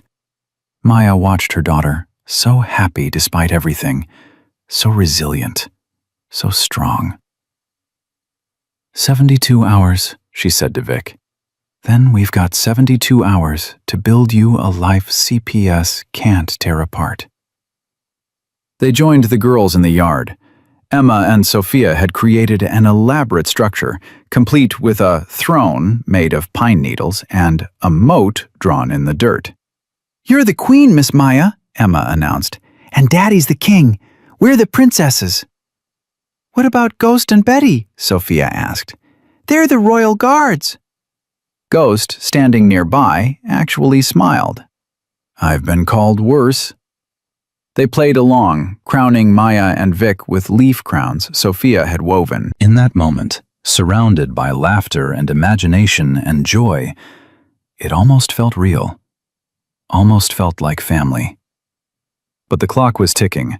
72 hours to convince strangers that this broken, blended, impossible family was worth keeping together.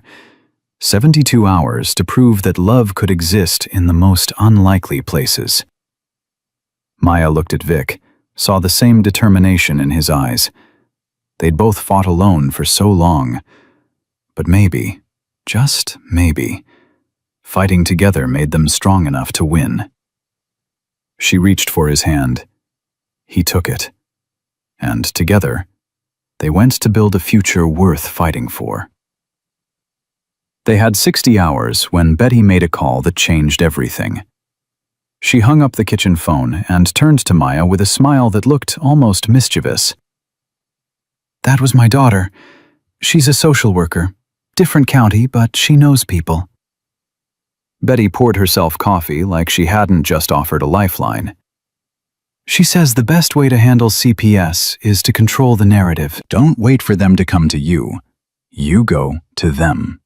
Maya's hands stilled on the dish she was washing. Go to them how? Request the meeting yourself. Show them you've got nothing to hide. Bring documentation, character witnesses. Show them a plan, not a problem. Vic leaned against the counter, his injured arm still in the sling. What kind of documentation? Employment records, housing contracts, reference letters. Proof that Sophia's in a stable environment with a mother who's got her life together. Betty's eyes moved between Maya and Vic.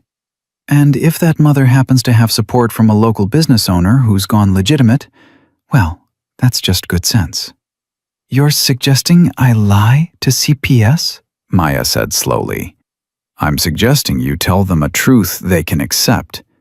Vic owns legitimate businesses. You work for those businesses.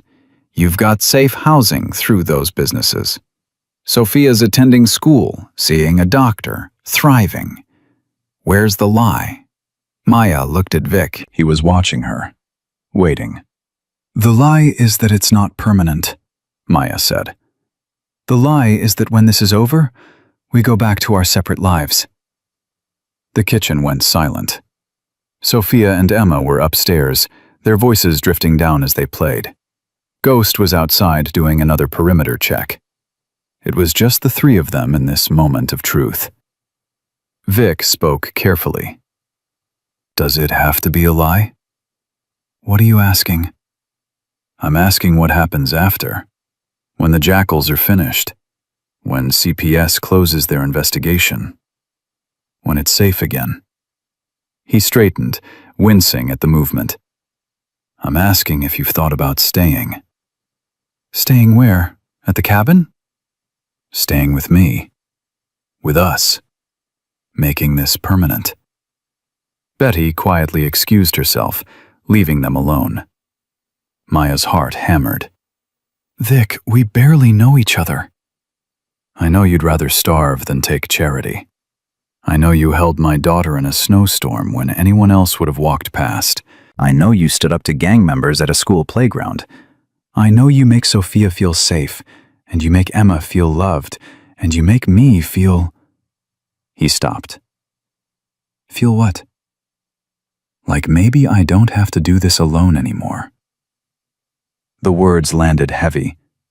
Maya thought of the past week, of the terror and the chaos and the impossible choices, but also of the moments in between. Sophia and Emma laughing, Ghost bringing coffee, Betty cooking dinner, Vic's rare smiles. The feeling of being part of something bigger than just survival. "I'm scared," Maya admitted. "Of me?" "Of this. Of depending on someone again. Of what happens if you leave like Carlos did."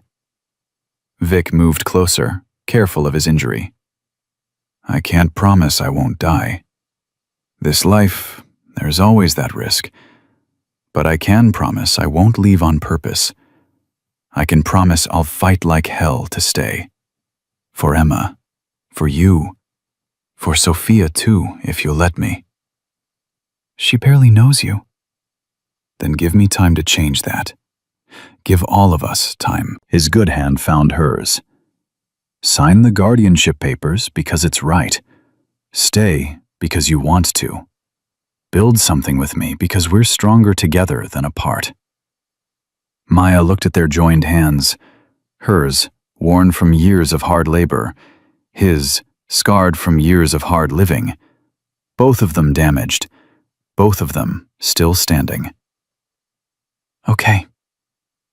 "Okay?" "Okay, we try. We build something. But Vic, if this goes wrong, if Sophia gets hurt because of your world—" "Then I'll be the one to get her out. You have my word." They stood like that, making promises they hoped they could keep. Then Maya pulled out her phone and called the CPS number. "This is Maya Rodriguez. I understand you're investigating my daughter's living situation. I'd like to schedule that home visit. Tomorrow, if possible. I want to address your concerns directly." The woman on the other end sounded surprised. "Most parents try to delay, Miss Rodriguez." "I'm not most parents, and I have nothing to hide." They set the meeting for the next afternoon. Maya hung up and immediately started planning. Betty helped, pulling together documents Maya didn't even know she had. Employment contract from Vic's businesses dated back a week. Reference letters from club members who ran the legitimate operations. Lease agreement for an apartment in a good neighborhood ready to be signed. "When did you do all this?" Maya asked Vic. "Been working on it since Reaper told me about the Jackal's threat. Figured you'd need options when this was over. Didn't know it would be CPS we'd need to convince." That night, Maya practiced what she'd say. Ghost played the skeptical social worker, firing questions at her. "Why are you living in a cabin in the woods?" "Temporary safety measure. We're moving to a permanent apartment next week." "Why did you lose your hospital job?" "I didn't lose it. I left to pursue better opportunities with more stable income and benefits." "Who's Victor Castellano to you?" Maya hesitated on that one. Ghost waited. "He's my employer. And a friend. Someone who offered help when I needed it most." "Not good enough," Ghost said. "They'll dig deeper. They'll find out about Emma, about the connection. You need a better answer." Vic spoke up from the couch. "Tell them the truth, that we're two single parents helping each other survive. That Emma and Sophia are friends. That you're considering a future together, but taking it slow for the girl's sake." "They'll say it's too fast, that it's unstable." "Then we show them it's not." Vic pulled out his phone, made a call. "Betty, I need you tomorrow for the CPS visit. And bring Emma." Maya's eyes widened. "You're bringing Emma?" "They need to see the whole picture. Two kids who are happy and safe and thriving. Two parents doing their best. A support system that works." It was risky, but it was also honest. And Maya was done lying. The CPS worker arrived at noon the next day at Vic's apartment, the one he'd prepared for Maya and Sophia. It was modest but clean, 2 bedrooms in a neighborhood with good schools. Maya had spent the morning arranging furniture, making it look lived in. Angela Chen was younger than Maya expected, maybe 35, with tired eyes that said she'd seen too much. She shook Maya's hand, nodded politely at Vic, and pulled out a notepad. Miss Rodriguez, let's start with the basics. Where are you currently residing? Temporarily at a private property while finalizing the lease on this apartment. We move in next week. And your employment status? I'm the bookkeeper and office manager for Castellano Enterprises. I handle accounts for their auto shop, bar, and construction company. Angela wrote this down. How long have you held this position? 1 week. Angela's pen paused. 1 week. Yes, before that I was a CNA at Ridgemont Memorial. I left to pursue better income and stability for my daughter. Or you were fired for associating with known criminals. The accusation hung in the air. Maya felt Vic tense beside her, but she kept her voice calm. I left voluntarily after the hospital administrator made it clear my personal associations were a concern. Rather than fight it, I chose to focus on opportunities that valued my skills. Personal associations meaning Mr. Castellano and his motorcycle club.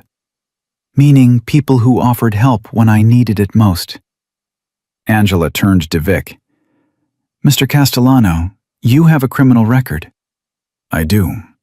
Assault charges, drug possession, other things I'm not proud of. Most from 10 to 15 years ago. I've been clean for 8 years since my daughter was born. Yet you still run a motorcycle club. I do. The Hells Angels isn't a criminal organization. It's a brotherhood. Yes, some members have made bad choices, but our legitimate businesses employ 30 people in this community. We sponsor local youth programs. We do toy drives every Christmas. We're not what you think we are. Angela's expression didn't change. And you're in a relationship with Miss Rodriguez? Maya answered. We're exploring a relationship, slowly, with our daughter's well-being as the priority. Daughters, plural. You have a daughter together? No. Vic has Emma, I have Sophia. The girls have become close friends. We're learning to co-parent in a way that supports them both. Co-parent children who aren't related. Co-parent children who need us. Maya leaned forward. Look, I know how this looks. Single mother, no job, living with a biker. It fits every stereotype you're trained to red flag.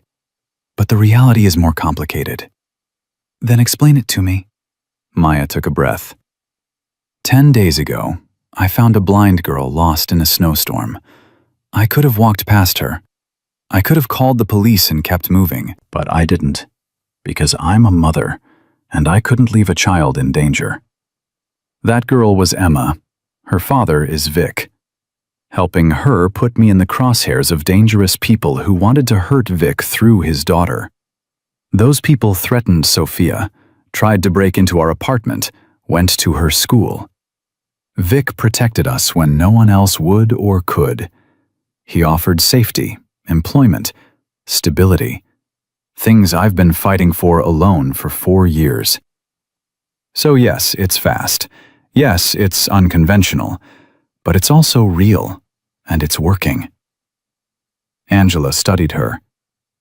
Where's Sophia now? Upstairs with Emma and Betty.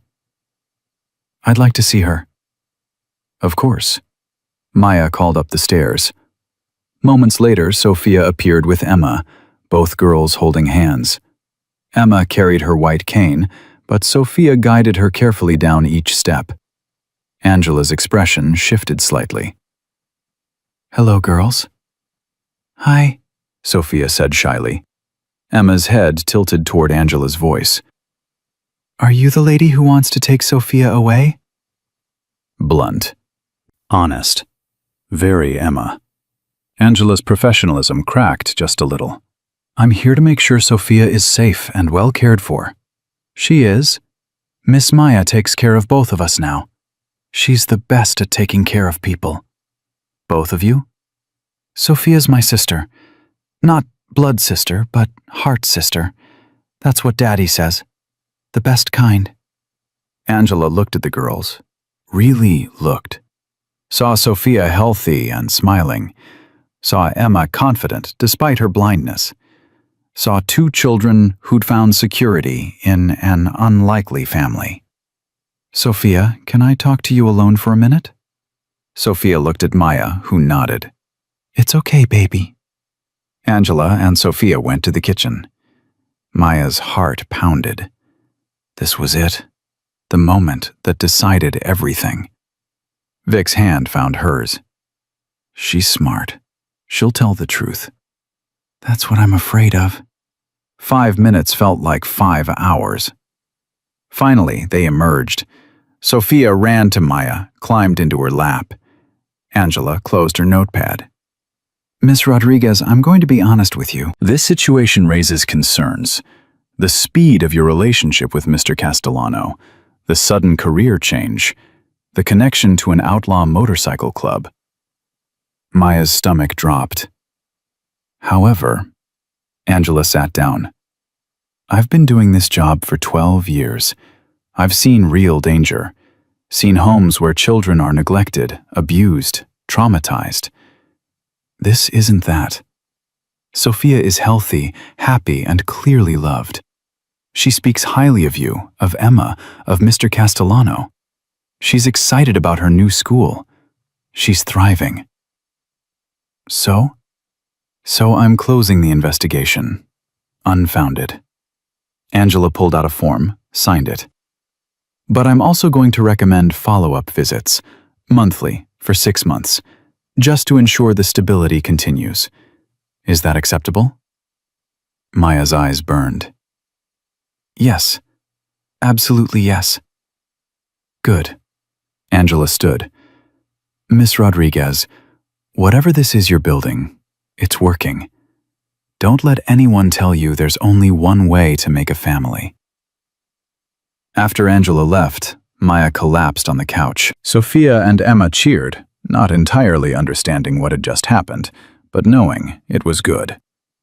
Vic pulled Maya close with his good arm. You did it. We did it. Betty appeared with sparkling cider. Two unconventional families. They toasted. Sophia and Emma got their own glasses of juice, clinked them together seriously. But the day wasn't over. That evening, Vic's phone rang. He answered, listened, and his face went pale. When? How bad? A pause. I'll be right there. He hung up, looked at Maya. That was Doc Miller. Emma's eye specialist called. There's a cancellation for her surgery. Tomorrow morning. Emma's head snapped up. Surgery? The one that might help me see? For months, they'd been on a waiting list for an experimental procedure, partial vision restoration for Emma's specific type of blindness. Expensive, risky, but potentially life-changing. Yeah, baby. Tomorrow morning if we want it. Do I have to decide now? We have 2 hours. Emma went quiet. Sophia squeezed her hand. What if it doesn't work? Emma's voice was small. What if I get my hopes up and nothing changes? Maya knelt in front of her. Then you'll still be the same amazing girl you are now. Nothing about who you are depends on your eyes. But what if it does work? Then you'll see the dragons Sophia draws for you. You'll see your dad's face. You'll see the world you've only touched. Emma turned toward Vic. Daddy, what do you think? Vic's voice was rough. I think you're brave enough to try, but only if you want to. Emma thought for a long moment, then nodded. Okay, let's try. The next morning came fast. They drove to the city, to the specialist's office. Emma held both Maya's and Sophia's hands in the waiting room. Vic paced despite his injury. When they called Emma back, she asked for Maya to come with her and Vic. The surgeon explained the procedure, risks, benefits, success rates. Emma listened with a focus beyond her years. Will it hurt? You'll be asleep. When you wake up, your eyes will be bandaged for a week. Then we'll see. A week is a long time. It is, but you're tough, I can tell. Emma squared her shoulders. Okay, let's do it. They wheeled her away. Vic nearly fell apart in the waiting room. Maya held him while he shook with fear and hope, and all the things parents feel when their children face the unknown. She's going to be fine, Maya said. You don't know that. No, but I believe it. And right now, that's enough. Sophia sat with Betty, drawing pictures for Emma to feel when she woke up. The hours crawled.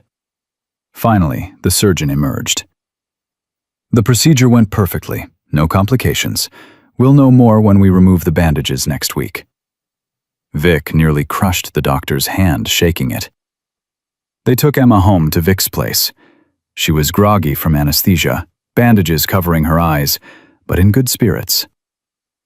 I had the weirdest dreams, she mumbled. Dragons and motorcycles, and Miss Maya was a queen, Sophia giggled. You were dreaming about our game.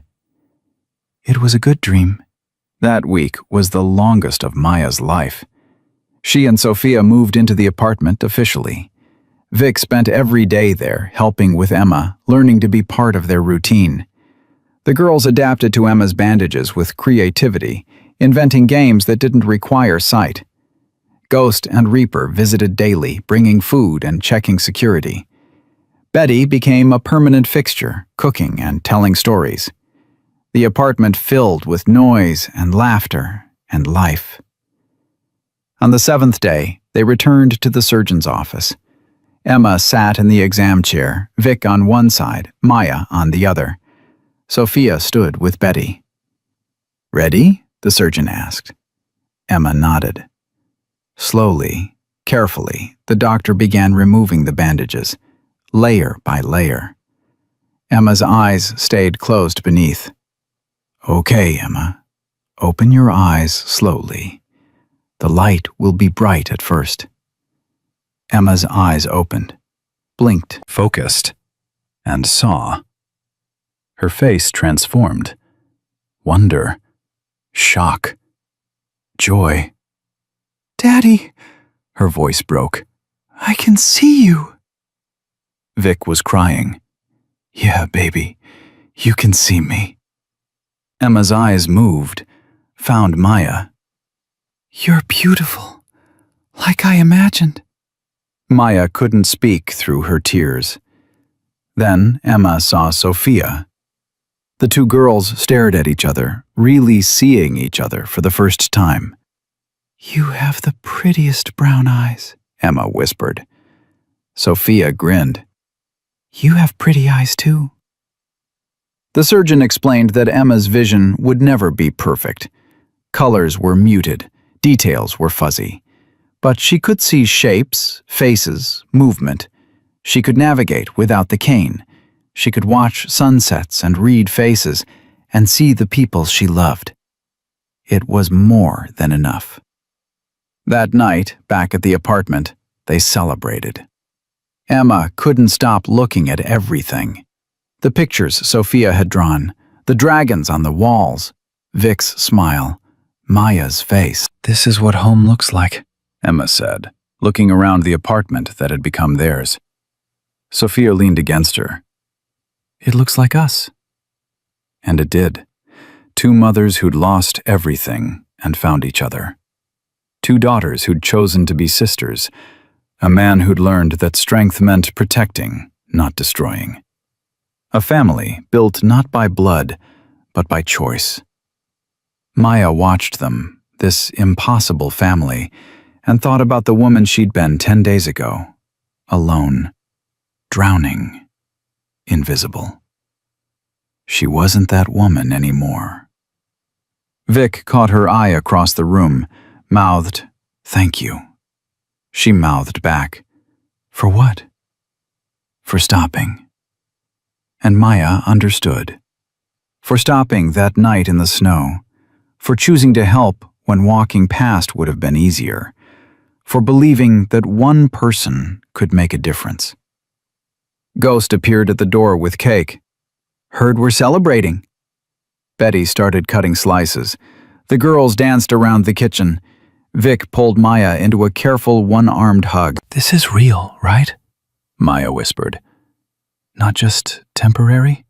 As real as you want it to be. I want it to be forever. Then forever it is.